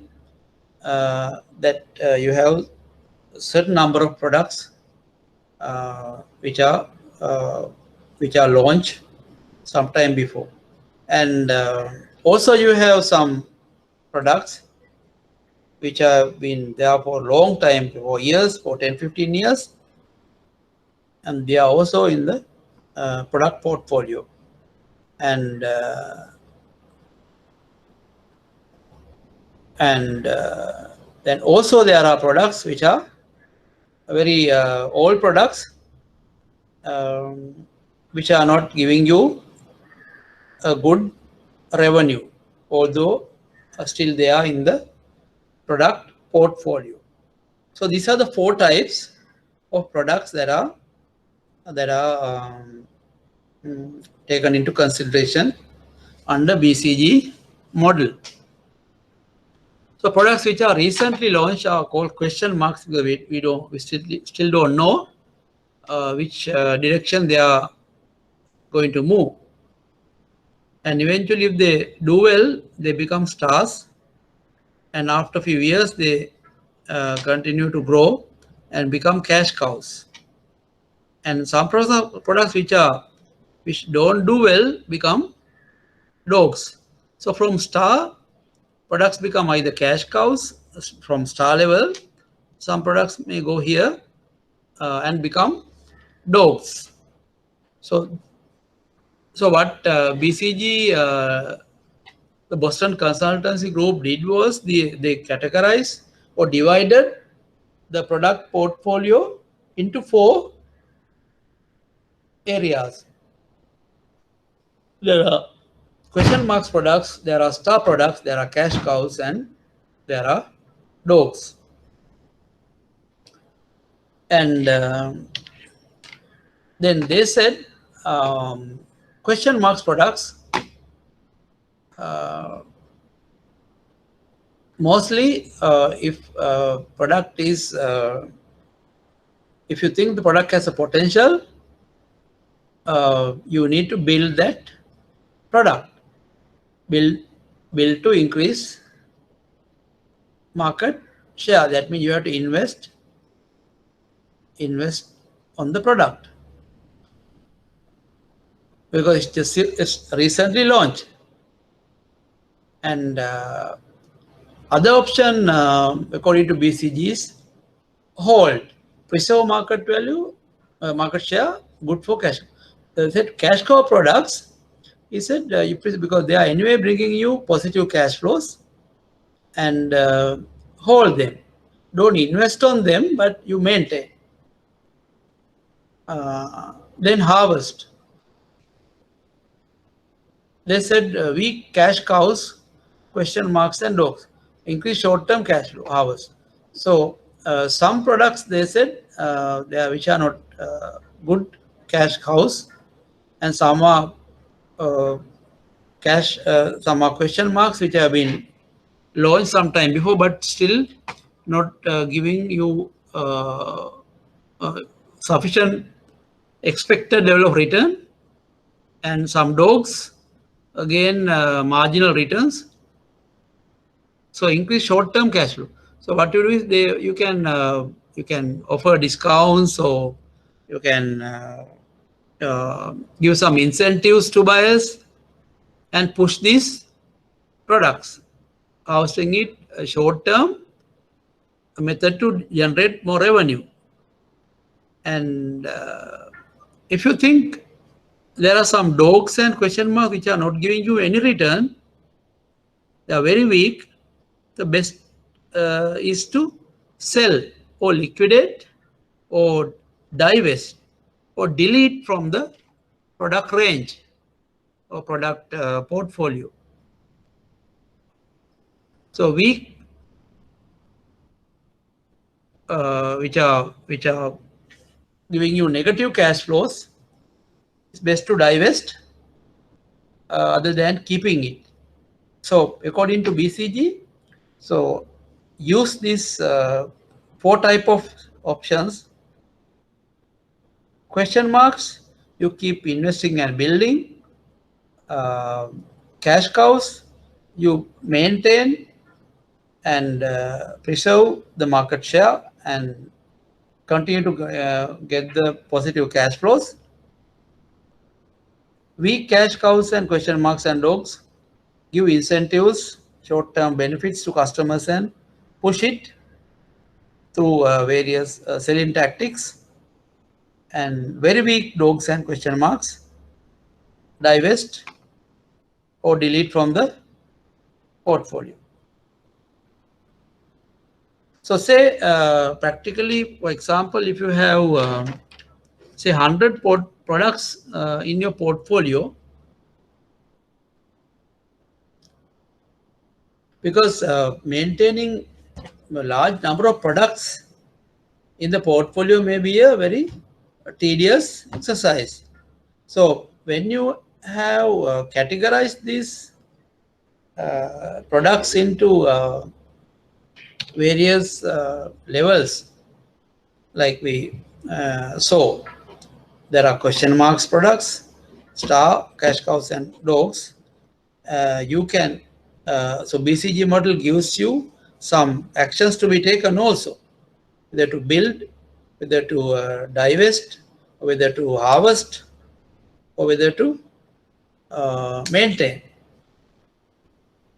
So whatever or hold, or whatever action that you want to, according to BCG matrix, you can take in order to improve the profitability, because then you know specifically specific actions, some well-planned actions can be taken to push stars or maintain cash cows or delete or divest question marks, delete or divest or harvest dogs. Like that, you can take specific actions based on the BCG learning. So I hope you understand that, and you are able to, I hope you are able to answer that question in that perspective. BCG model being used to enhance profitability and the productivity in the banking sector. Here the main advantage is you categorize, classify the products into different blocks or different broad portions, and you know specific actions can be taken for each classified set of products or services in order to do a specific, in order to do very effective program for each and every product. Because what will happen is, if you don't have a good classification methodology, you take same action for all the products, which may not be very appropriate. So certain products, certain actions are to be taken. Certain products, some different actions to be taken. Like that. So BCG gives you some guidelines as to how you classify products into different categories, and then take specific action to improve each and every product in a more planned and more effective manner.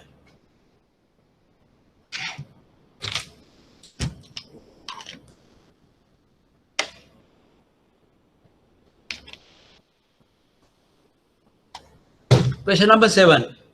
In terms of strategic options available to companies, banks can adopt one of 3 broad strategies according to Porter. What are these 3 options, and recommend a suitable option to your own organization with a view to achieving competitive advantage.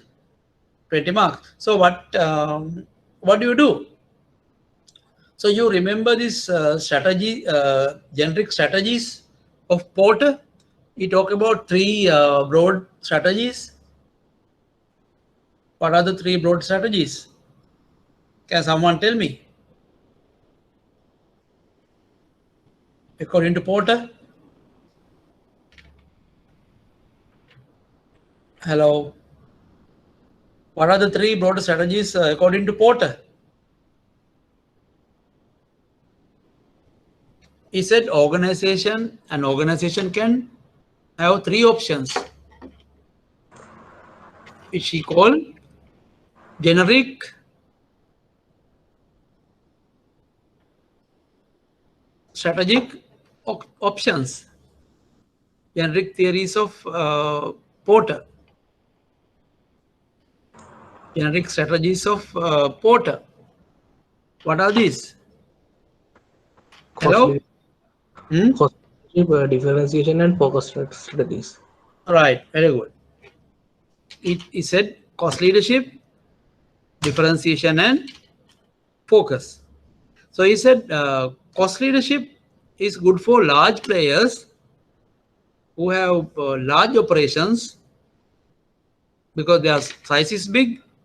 Because their size is big, they can achieve competitive advantage through economies of scale. What is economies of scale? When you have a large number of units being produced, your unit cost can become smaller. Say take Unilever products. So Unilever makes millions of say sunlight for daily use or signal. So because of their size of operation, their production cost the unit cost can be lower compared to medium size or low small size player. So then they can sell their products at a price lower than the competition. They don't sell it low, but by doing that, they can even they can afford to sell low, and they will keep a good margin because their production cost is low, the margins are high compared to a medium or small size player whose costs are high and the margins are less.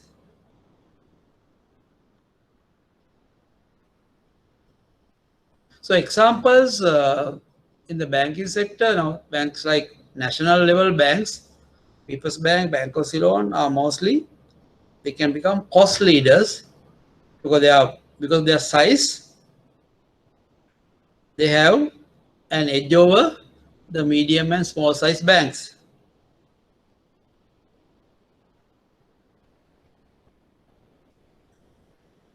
And there are middle-sized banks who opt for differentiation model. So what is differentiation? Is where you don't go and market your products as a cost leader, but maybe you design products, some unique products to specific segments to appeal your products to that segments. You have added some options and features, some benefits in a more planned manner, or design various benefits in a more planned manner to attract those specific segments. So that way you become or use the differentiation approach. Maybe some banks like NTB even Pan Asia Bank, they might due to their size, differentiation approach is more appropriate for them than going to a cost leadership approach.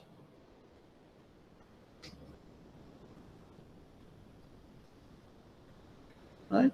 So we would have seen some banks are very aggressive in personal loans. So personal loans to some specific segments, maybe professionals or pensioners or professionals in the health sector. So it's not a generic product, but they design some specific facilities or salaried executives. We have seen some banks just offering some specific products to salaried executives. So these are called differentiation approaches, because medium-sized banks mostly use differentiation approach and attract some specific segments with uniquely designed set of products and services. And the niche approach, the focus approach, is where certain banks, especially some foreign banks in Sri Lanka, use this niche approach. They don't have many branches to cater to the entire country. They may have, say, 10-15 branches, maybe within Colombo or in one or two provinces. And they are again targeting maybe high net worth customers or multinational companies or some IT based companies or some specific niches, 1 or 2, 3 niches. But these customers may be large players in a particular industry. So again, they have very attractive options and benefits to these niche segments offered by these banks who are following the niche option or the focus option. Right. And some banks, the same time, according to Porter said, these options cannot be, one bank cannot use both options, but it may be a criticism today. Some banks and some organizations are, whilst being cost leader, and they have gone and used some differentiation approaches also by identifying specific segments and designing specific specialized products to those specific segments. So there's been some combinations of options being used by some organizations. That is, cost leadership and the differentiation are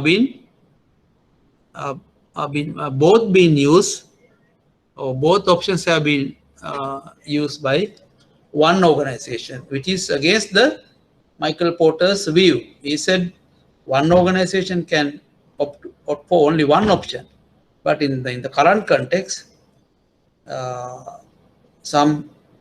even some banks have gone into cost leader plus differentiation approach in order to create more sales or more volumes or more profit in the recent times. So you can similar to what I said, you can build an answer. So first we have to identify what are the 3 options according to Michael Porter, and describe each option briefly, and then give some examples from the banking sector with some, even we can mention some products and services under each option, namely the cost leadership, products under cost leadership, products under differentiation, products examples for niche banking. Right now, for example, now say some banks today have gone and identified high-end, high net worth customers as a premium different segment, and all the banks, in addition to catering to mass market, they have specific products specially designed to high net worth premier customers also. This, there you find a mix of options, cost leadership being mixed with differentiation approach. So all that is possible. So you build the answer in taking some live real-time examples in Sri Lankan banking and argue on that basis. But whatever options that you take, you should be finally able to achieve competitive advantage over your competition. So that is the final requirement. Right. Okay. So we taken another 1 hour. So we'll have a break of another 10 minutes. Hello. Okay, sir. Right. Thank you.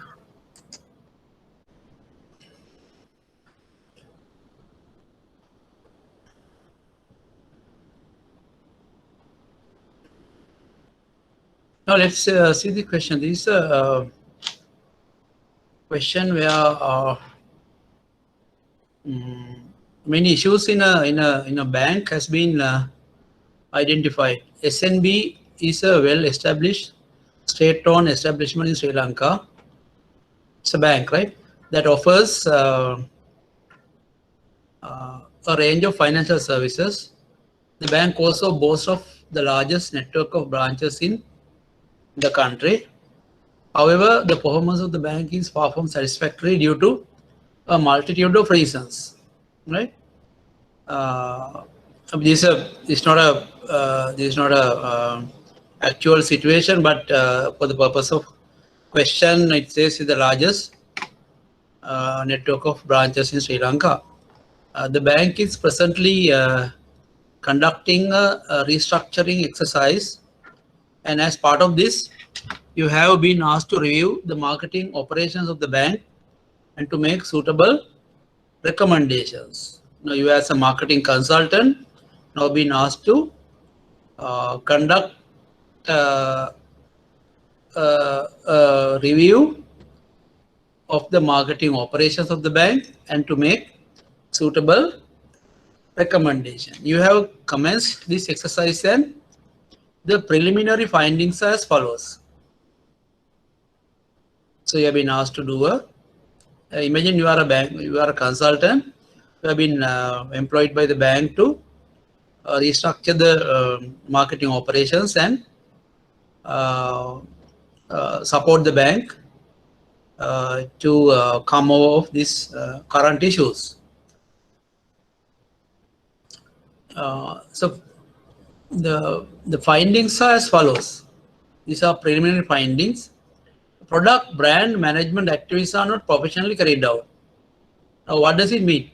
Product brand management activities are not professionally carried out. That means there are many products in the bank, but there may be products which are not giving sufficient ROI, right, and sufficient profitability, and maybe they are just waste of time or waste of money. And we'll come back to that in detail. Then service brands are introduced, but the performance is not monitored.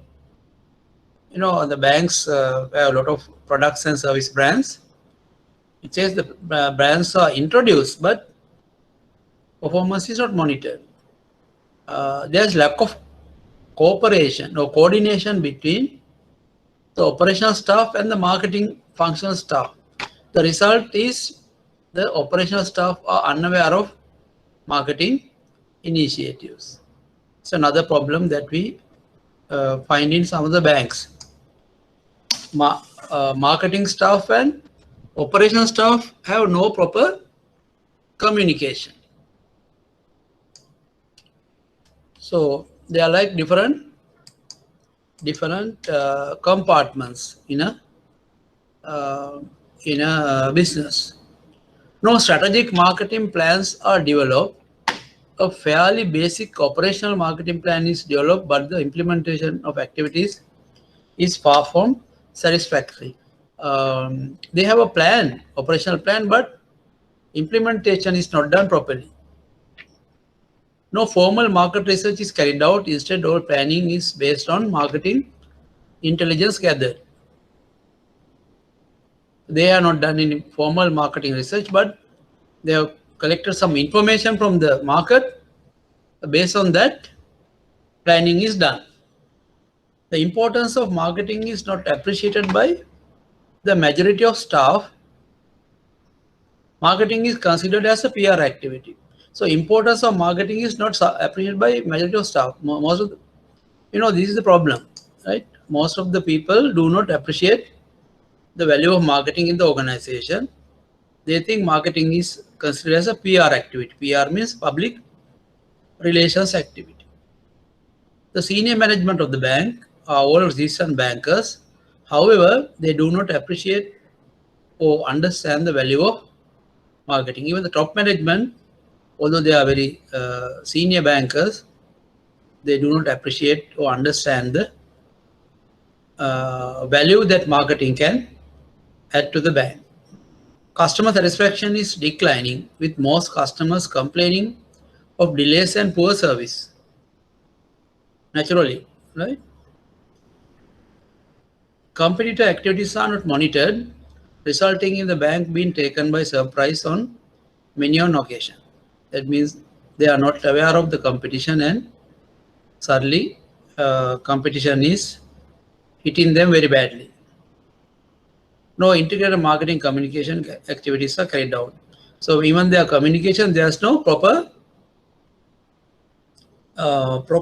integration, no proper coordination. Marketing communication here means the advertising. Advertising say something and the staff say another thing. Sponsorships say another thing. There's no integration between the marketing communications. Against this background, you have decided to carry out a comprehensive marketing audit supported by a marketing research exercise. Identify and briefly explain 5 marketing issues affecting the bank. 10 marks. Make 5 key recommendations would you make to improve the marketing orientation and performance of the bank. Please refer to appropriate marketing theories and concepts.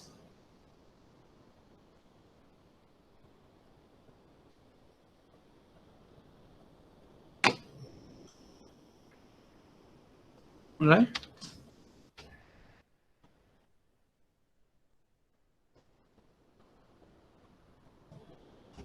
So what are the questions? Identify and briefly explain 5 marketing issues affecting the bank. Make 5 key recommendations would recommend you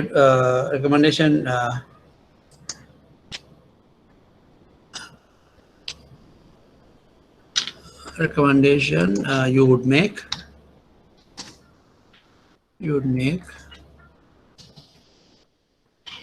to improve the marketing orientation and performance of the bank.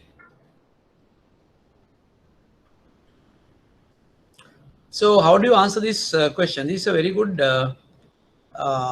question, because it has 10 common issues that has been identified, which you find in most of the today organizations.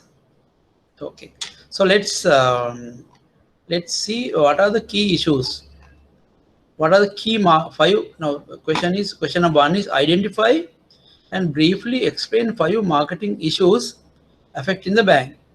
So what are the? So let's go through these 10 issues.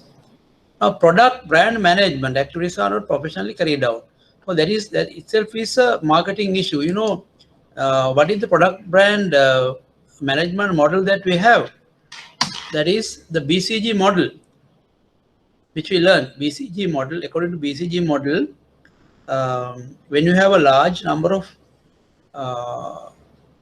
products in your range or the portfolio, you have to have different strategies for specific products. So the bank should have, say, point one, you can say the biggest issue is the take down the number one. The bank has would have used BCG analysis to manage their products and brands using the concepts given in the BCG model. It says no, some products will have to be built, some products will have to be held or hold, some products will have to be divested or delete, some products will have to be harvested. So if they have used these 4 options or 4 actions for after identifying what products are the star products, cash cows, dogs, and question marks, they should have done the brand or product management in a more professional way and would have had good set of actions to professionally manage the product portfolio. So the marketing issue number one is, you can make a note, is they should have used BCG analysis to classify and manage products and brands in a more professional manner.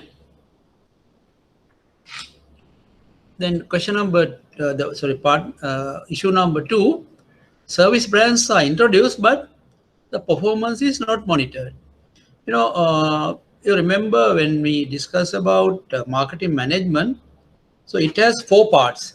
One is the analysis, the planning, implementation, and control. So if a brand is introduced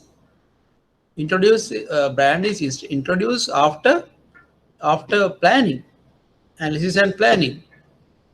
Product is launched, and then after you execute the product strategies or brand strategies, you have to monitor the performance periodically to ensure you are achieving the set objectives. Say you should have had some brand or product growth or sales figures.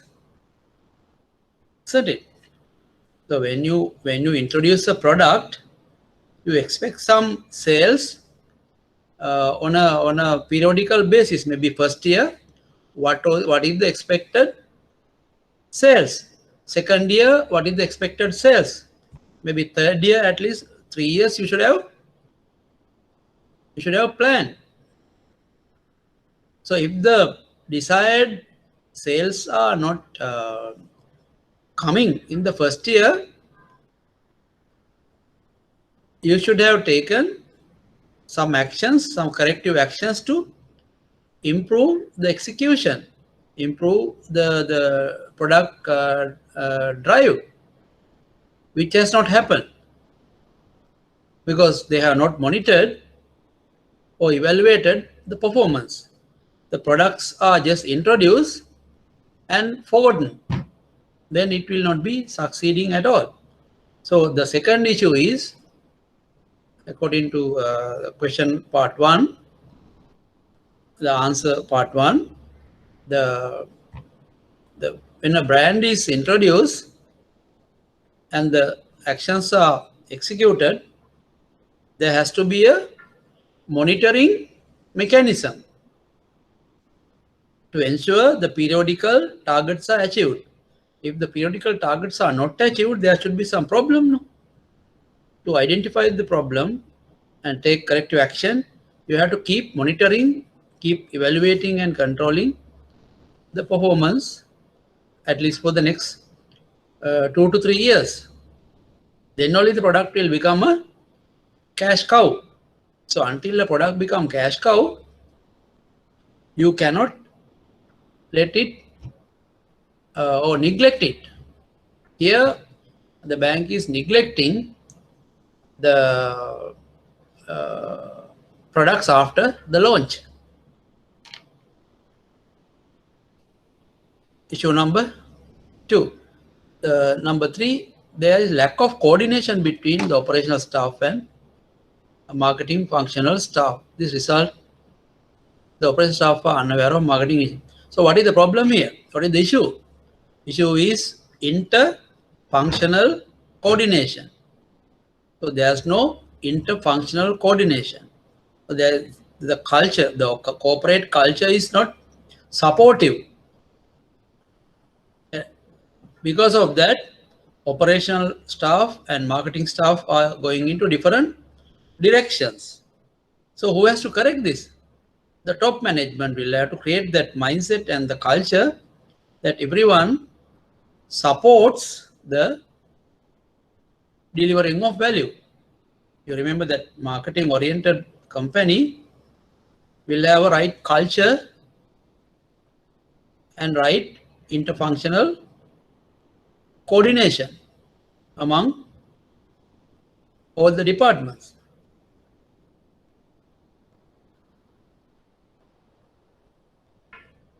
Okay.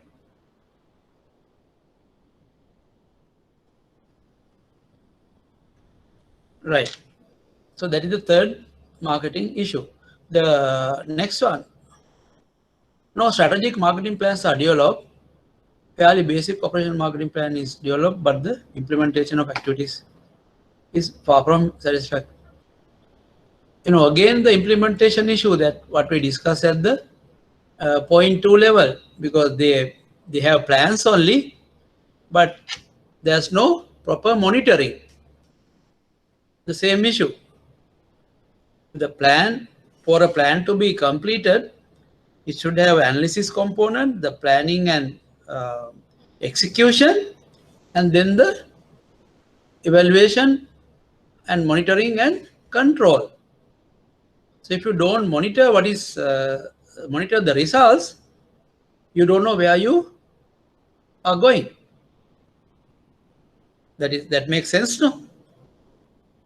So not only you carry out the plan, but also monitor the results periodically to ensure that desired results are achieved or desired targets are achieved. The same issue. Then point 5, no formal market research is carried out. Instead, all planning is based on marketing intelligence gathered. So that is the problem. So you remember we discussed about that marketing information system, marketing information, according to marketing information system, MKIS, you have to do market research, you have to use internal data, you have to use marketing intelligence. Here they are only using marketing intelligence. That is not enough. Marketing intelligence is we just find out what is happening in the competition. But what about the internal issues? Only knowing what is happening outside is not enough. So there has to be some actions to study the internal quality of operation, and the use of some internal database.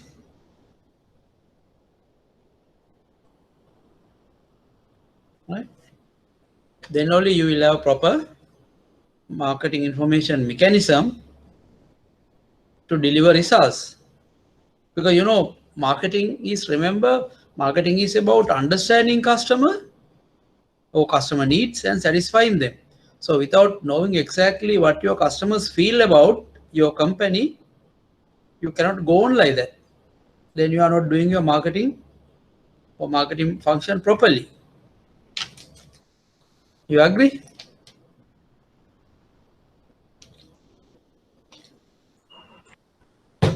The part issue number 6. The importance of marketing is not appreciated by the majority of staff.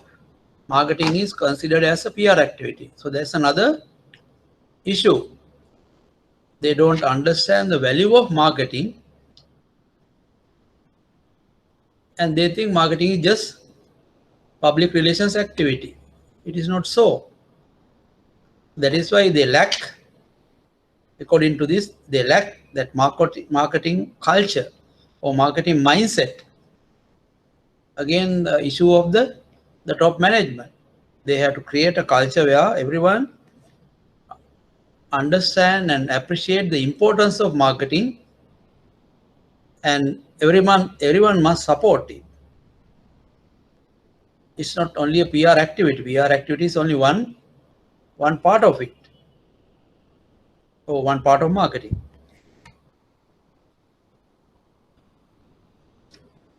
So another issue, issue 4 is marketing. Value of marketing is not understood and appreciated by the organization, which is a responsibility of the top management. The issue 7 also same due to that, senior management or the seasoned bankers, but they do not understand the value of marketing. Same issue. Customer satisfaction is declining, with most customers complaining of delays. So naturally, no. So there's no interfunctional cooperation. There's no internal communication. They don't do any market studies or surveys to assess the quality of service. They don't bother even there are complaints. So delays, poor service are all ignored. So naturally customer satisfaction will drop, resulting in customer defection and customers leaving the company or leaving the bank. So that's another issue. So they have not done any customer satisfaction survey to find out the weaknesses in the quality or quality issues, and not taken any remedial action to improve the service. Another issue. Completed activities are not monitored, resulting in the bank being taken by surprise on many occasions. So that's another. So remember we discussed the marketing orientation. Companies will have good knowledge about the competition. They have focus on the customer and providing customer value, providing superior value to customer, and also they will have a good knowledge of competition and what competition is doing. What are their products and services? What are their actions? What are their strategies? What are their future plans? What are their new product launches, new campaigns? So you have no knowledge of. So suddenly, when you do something, you find competitors have done it even before you. Then your action is of no value, because already the competitors have taken the market share. So issue is the other issue is the competition is not monitored. Poor knowledge of the competition.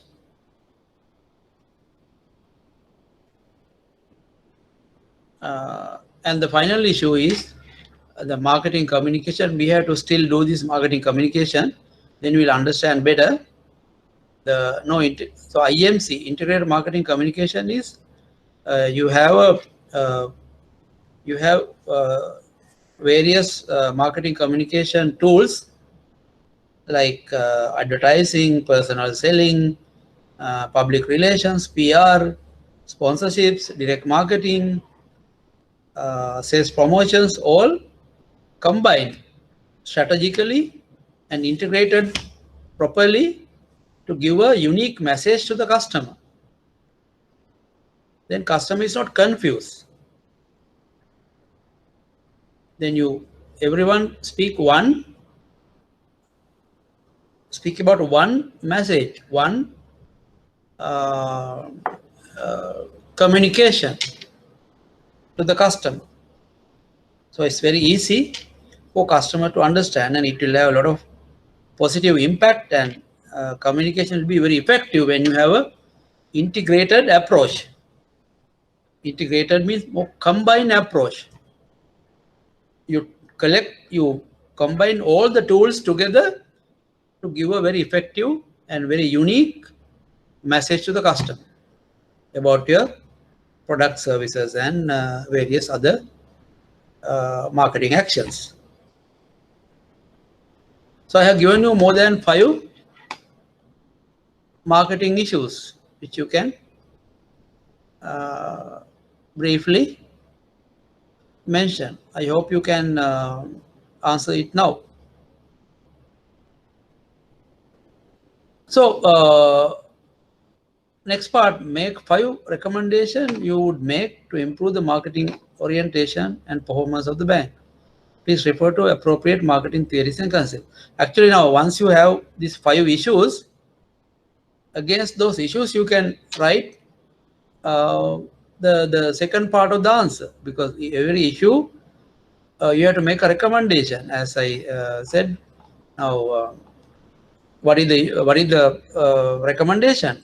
You have to introduce BCG matrix. What is the recommendation for this? You have to monitor the performance on a periodic basis. Next one, if you want to get the best outcome of the activities, you have to be marketing oriented, where the customer focus as well as competent knowledge of the competition and the interfunctional cooperation is obtained.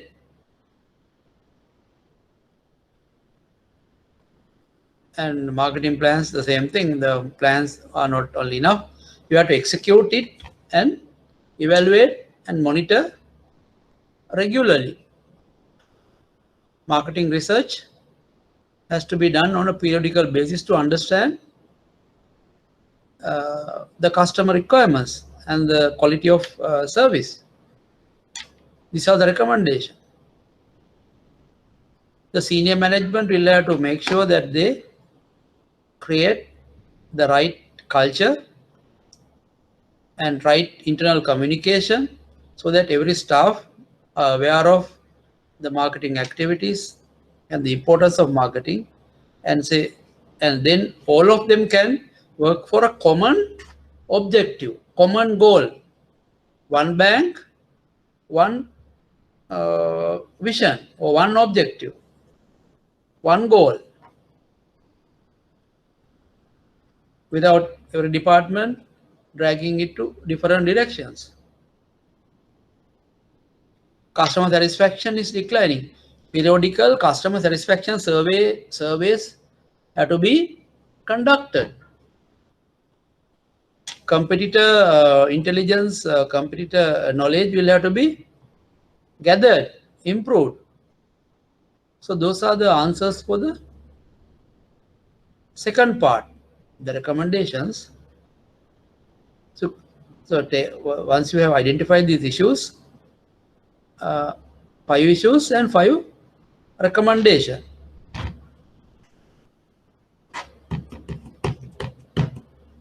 Okay. Hello.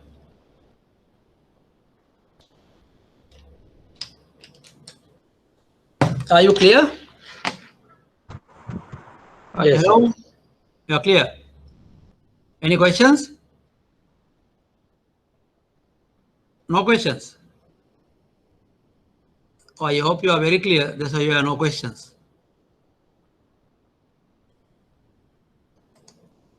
Right. Then we'll take another good question. All right. I will now in the exam you will find this type of question also, right? What is the where you have to briefly explain about here. Actually, these questions you can take marks for sure because we are asking only theory, mostly theory. 90%, 80% theory. We are only explaining the concepts now. So we'll give you, I will give you about say 5, 6 concepts and you explain, write short notes on 4 concept. Each one will carry have 5 marks. 5 into 4, 20. So get 20. You can easily get 20 marks. Now product life cycle. So what do? You have to draw the product life cycle. This one when you write short notes and explain, get 4 marks. Just draw this and say product development, introduction, growth, maturity, decline. Product will have a life cycle like human being, and introduction, growth, maturity, and decline. And time to time, depending on the product and the environment, you can relaunch. Only the difference is human life cannot be relaunched that much, but product life cycle can be extended with relaunching or repositioning. Right? Customer lifetime value. You remember that concept, right? Sorry. What is the concept? Customer, we call it CLTV, remember? Customer lifetime value, CLTV. Right, customer lifetime value, I gave you an example also that Food City example, 4 million customer has during the lifetime, how much revenue customer bring to the organization. So we have maybe in the bank, we have 50 million worth customers, maybe 100 million worth customers. But they are by way of interest, they have been bringing lot of revenue to the company for a number of years. So explain that. Perceived risks. You remember the perceived risks I gave you about I think 5, 6 risks. Performance risk, physical risk, ego risk, social risk, financial risk, time risk. So when you buy products as a customer, you go through this or you perceive this risk. So when you want to buy a shirt, will you just go and buy? No, you want to at least, unless it's a known brand, you know the size, you don't have to check it again. You will say if you go to Hamidia and buy a Lee Bondo, say Envoy shirt, you are a regular buyer, you know the size. You don't have to do a kind of what do you call fit on. You know the size, standard size. But if you're buying a maybe t-shirt from a different shop, maybe you use L size or XL or medium, you will definitely do a fit on because you don't know the sizes are different, and you don't want to take the risk of t-shirt not fitting to you. So that will So either you have to come back again and change it, or something. You do fit on to minimize that those risks, maybe the ego risk, and even you want to do a fit on for t-shirt, and you want to see whether you are looking good with that t-shirt. That is your social and ego risk. Because if you, even the t-shirt is a good brand, if it's not fit into your body and you don't look smart, you don't buy it. Just because the brand is good, you don't buy, because it should also satisfy your ego risk also. And you think you go and wear a t-shirt and others will laugh at you. That is your social fear. It's a social risk. Even for ladies, same story. They go to a fit-on room and for hours they keep checking the fit-on. Why?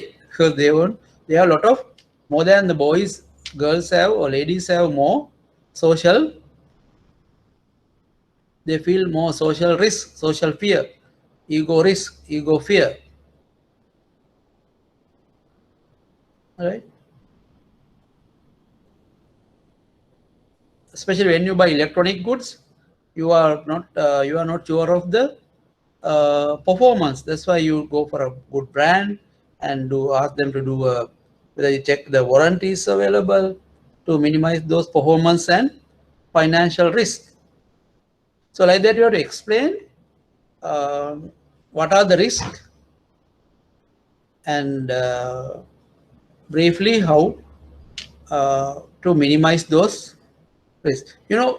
Especially brands have minimized most of these risks. They have warranties, they have tested products, they have the quality, they have improved. So that is why a lot of people go for brands, whether it's electronic, whether it is personal, whether it's FMCG, whether it is garments, the branded stuff. Why people go and buy branded stuff? To minimize the perceived risk. Because when you buy a good brand, you don't have a financial risk, you don't have a performance risk, you don't have a time risk. Time risk means you have to go and change it again and again and exchange it. So these are and it go and keep finding stuff in each and every place. No, when you have a branded thing, you just go and buy it, and you save your time, and you are happy. You don't feel most of the social risk that any other would perceive. Marketing orientation, I already explained in detail. And when you talk about marketing orientation, always use this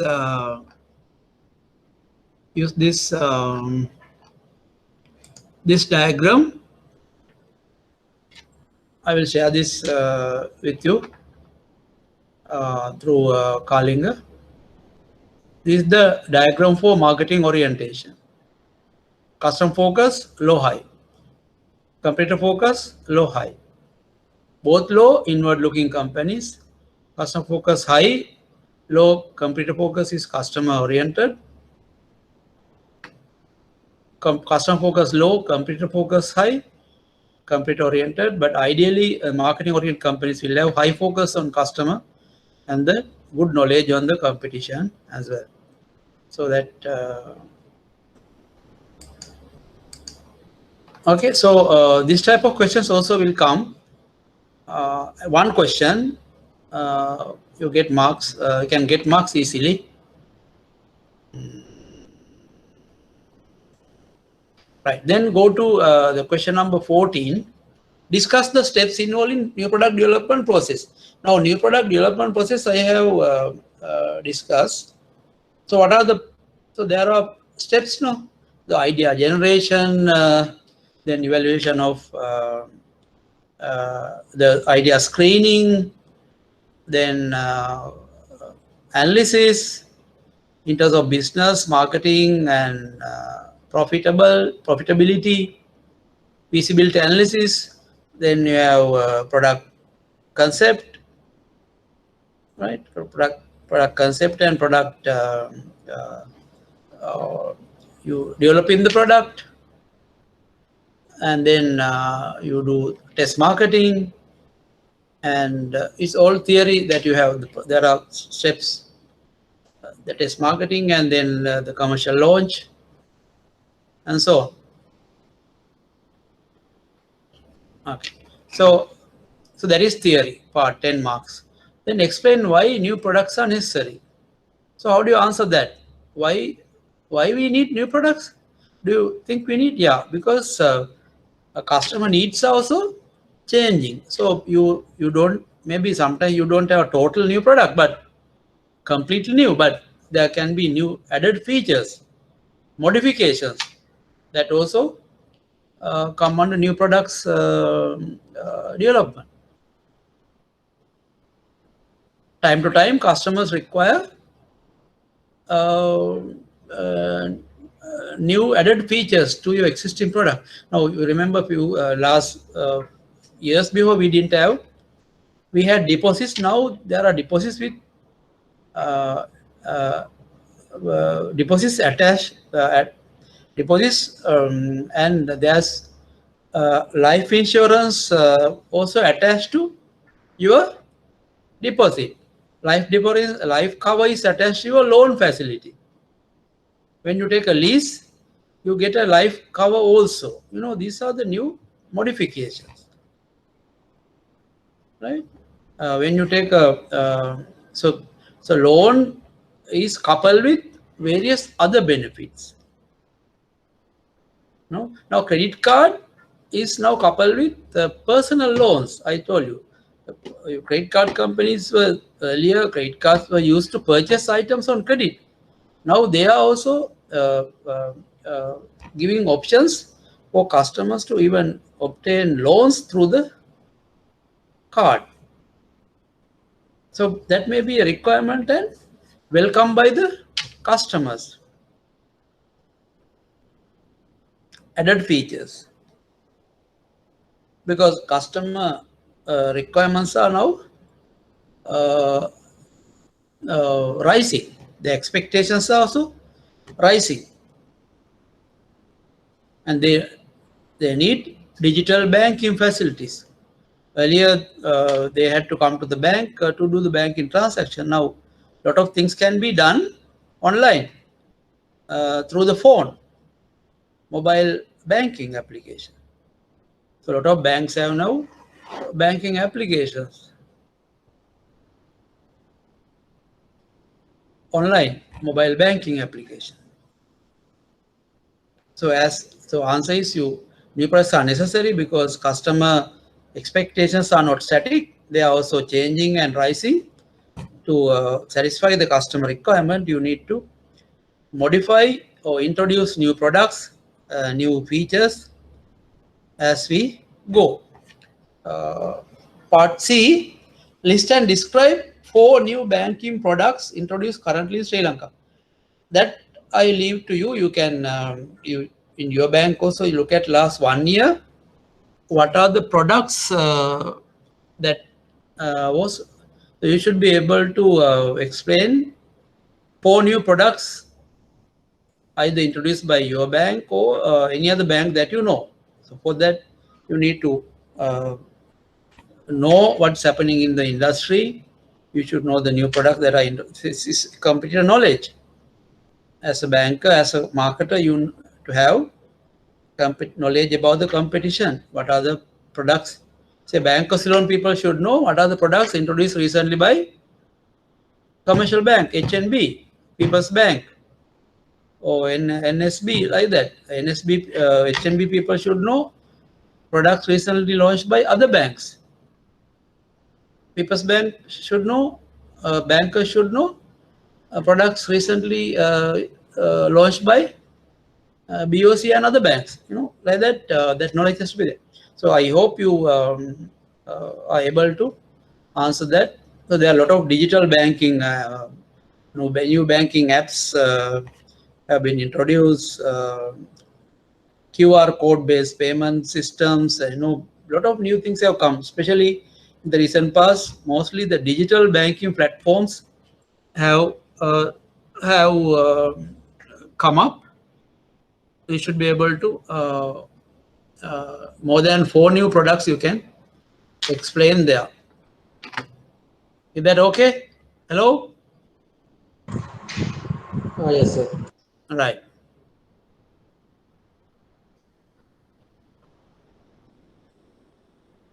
Then market segmentation. What are the 5 methods, basis of market segmentation? 10 marks. Discuss how effectively your bank has used the segmentation approaches to its advantage by targeting and positioning the most appropriate segment. So 5 methods of market segmentation, no? What are the methods? Demographic segmentation, geographic segmentation, behavioral segmentation, psychographic segmentation, and the combination of first two, geo demographic segmentation. Those are 5 methods that we have learned. So you can briefly explain each segmentation method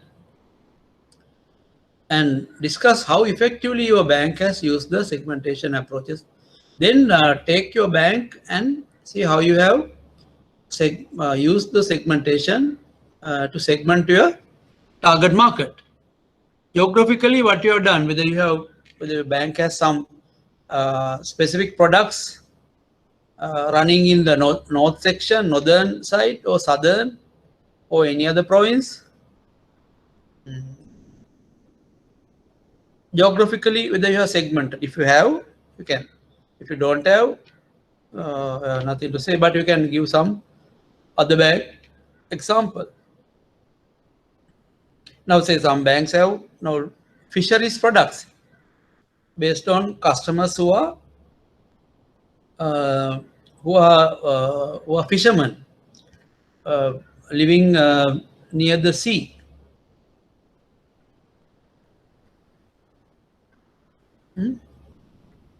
Maybe customers in Trenco, Batikalo, in the south, Nigambu side. There are many areas where fishing population is, and they may require some specific products based on their location and the type of nature of their business. Demographic, there are many examples, the age base, income base, gender base, you have many products. Psychographic, you have a credit card, high-end credit cards, VIP cards,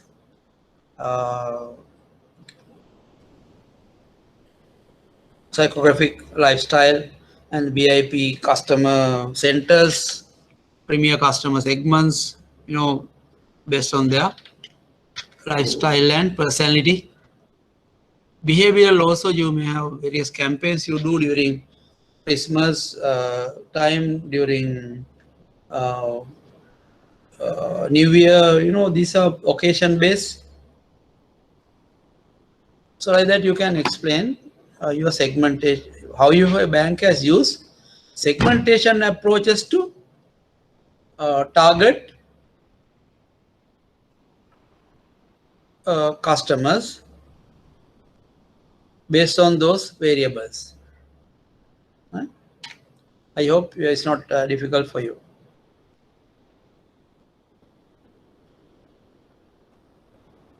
Briefly explain bio-addition process according to Kotler, 10 marks. You know that, no? What is the bio-addition process? That those steps that we bio-addition process, right? According to Kotler, right? What are the steps? Need recognition, information search, evaluation of alternatives, purchase decision, and post-purchase behavior. And now the question is, the first question is, you can explain that, no? Need recognition. Say you have a need to buy a laptop, right? Just to explain it, right? Then what do? Then you will ask from your friends, internal, personal level information search, or you go external and check with or in the internet or online, or call some suppliers, or you can visit some stores and like that. And then you have some evaluation of alternatives. So depending on your cash availability and the criteria that you based on what criteria that you want to go for a laptop, whether you what is the most important criteria, whether is it the price, or is it the quality, is it the design, or is it the weight, is it the design, is it the brand, anything, right? And you give weightage to each and every criteria, and then you evaluate and then take the purchasing decision finally. And post-purchase behavior is your finally what you feel at the end, whether you're happy or unhappy with the product that you have bought. Now the second part is discuss how a banker could effectively match their selling process with the consumer buying process. Now we have to talk about a banking product. Explain by addition process. Discuss. Okay. So now you at each stage you have to now buying decision is done by the buyer. Now as a seller, what has to be done? So let's take this. Say need recognition. Say customer wants a housing loan. So that is the need. The customer now has little money, has some money, and he wants to now buy a house. Say for example, buy a house, and now we have the housing loan, get a housing requirement for getting a housing loan. Now at the need recognition level, what will he do? He will be doing information search. Now at this point, where do you stand? Now if your bank has advertised heavily personally, and you have some customers who are recommending your product to others, then you will have a good chance. So things that you should be doing throughout is when you have a housing loan product as the seller, at the bank, you will have to keep advertising and make all the customer and the market aware that you have this product coming from your bank. So creating awareness of the housing loan is the seller's responsibility, and that creating awareness should be very effective. And you should be able to have the top of mind recall of the customer when customer has a home loan need. Say now customer wants to buy a house, and number one on top of mind, what banks comes to his mind. So how do you get that top of mind position? So through the advertising and positioning. So if you have made a very strong awareness, and you have positioned the products in your target market very strongly, your product will have a top of mind recall. That will be a seller's advantage. That evaluation of alternative, then customer will look at the evaluation stage. Even okay, top of mind recall is okay. At the same time, we will still compare some with some other home loan products. What are the interest rates? what are the other benefits, what support the bank is giving, how long it takes, or the speed of delivery, and what are the documents required, what are the charges involved. So all this you have to be comparable or better than the competitor products. So you should, that's where you need the competitor knowledge. Even a customer asks, you can always say that our rates are very competitive, our charges are very competitive, our speed is very high, and we provide various other services, and even we support the customer to find documents, various legal documents. We have our own valuers and our legal staff to support you. So those are to be provided by the seller's side. Then only the customer feel comfortable and decide your home loan among. So your product become the choice. Your loan become his choice set, right? And purchase decision is done after, as a seller, you make various explanation to the customer. Customer is given information very professionally without creating inconvenience to the customer, and customer doesn't feel bad about selecting you and without disappointing the customer. A lot of work has to be done by the seller side. That's where you need to know, empathize on the customer and supporting the customer during the process. Say after the facility is obtained, still you can create that post-purchase behavior. You talk to the customer, and even you can visit the house and ask the customer whether you need any other, say, furniture, whether you need any other loan, any related facilities, whether the customer require any other infrastructure for the house, maybe electronic items.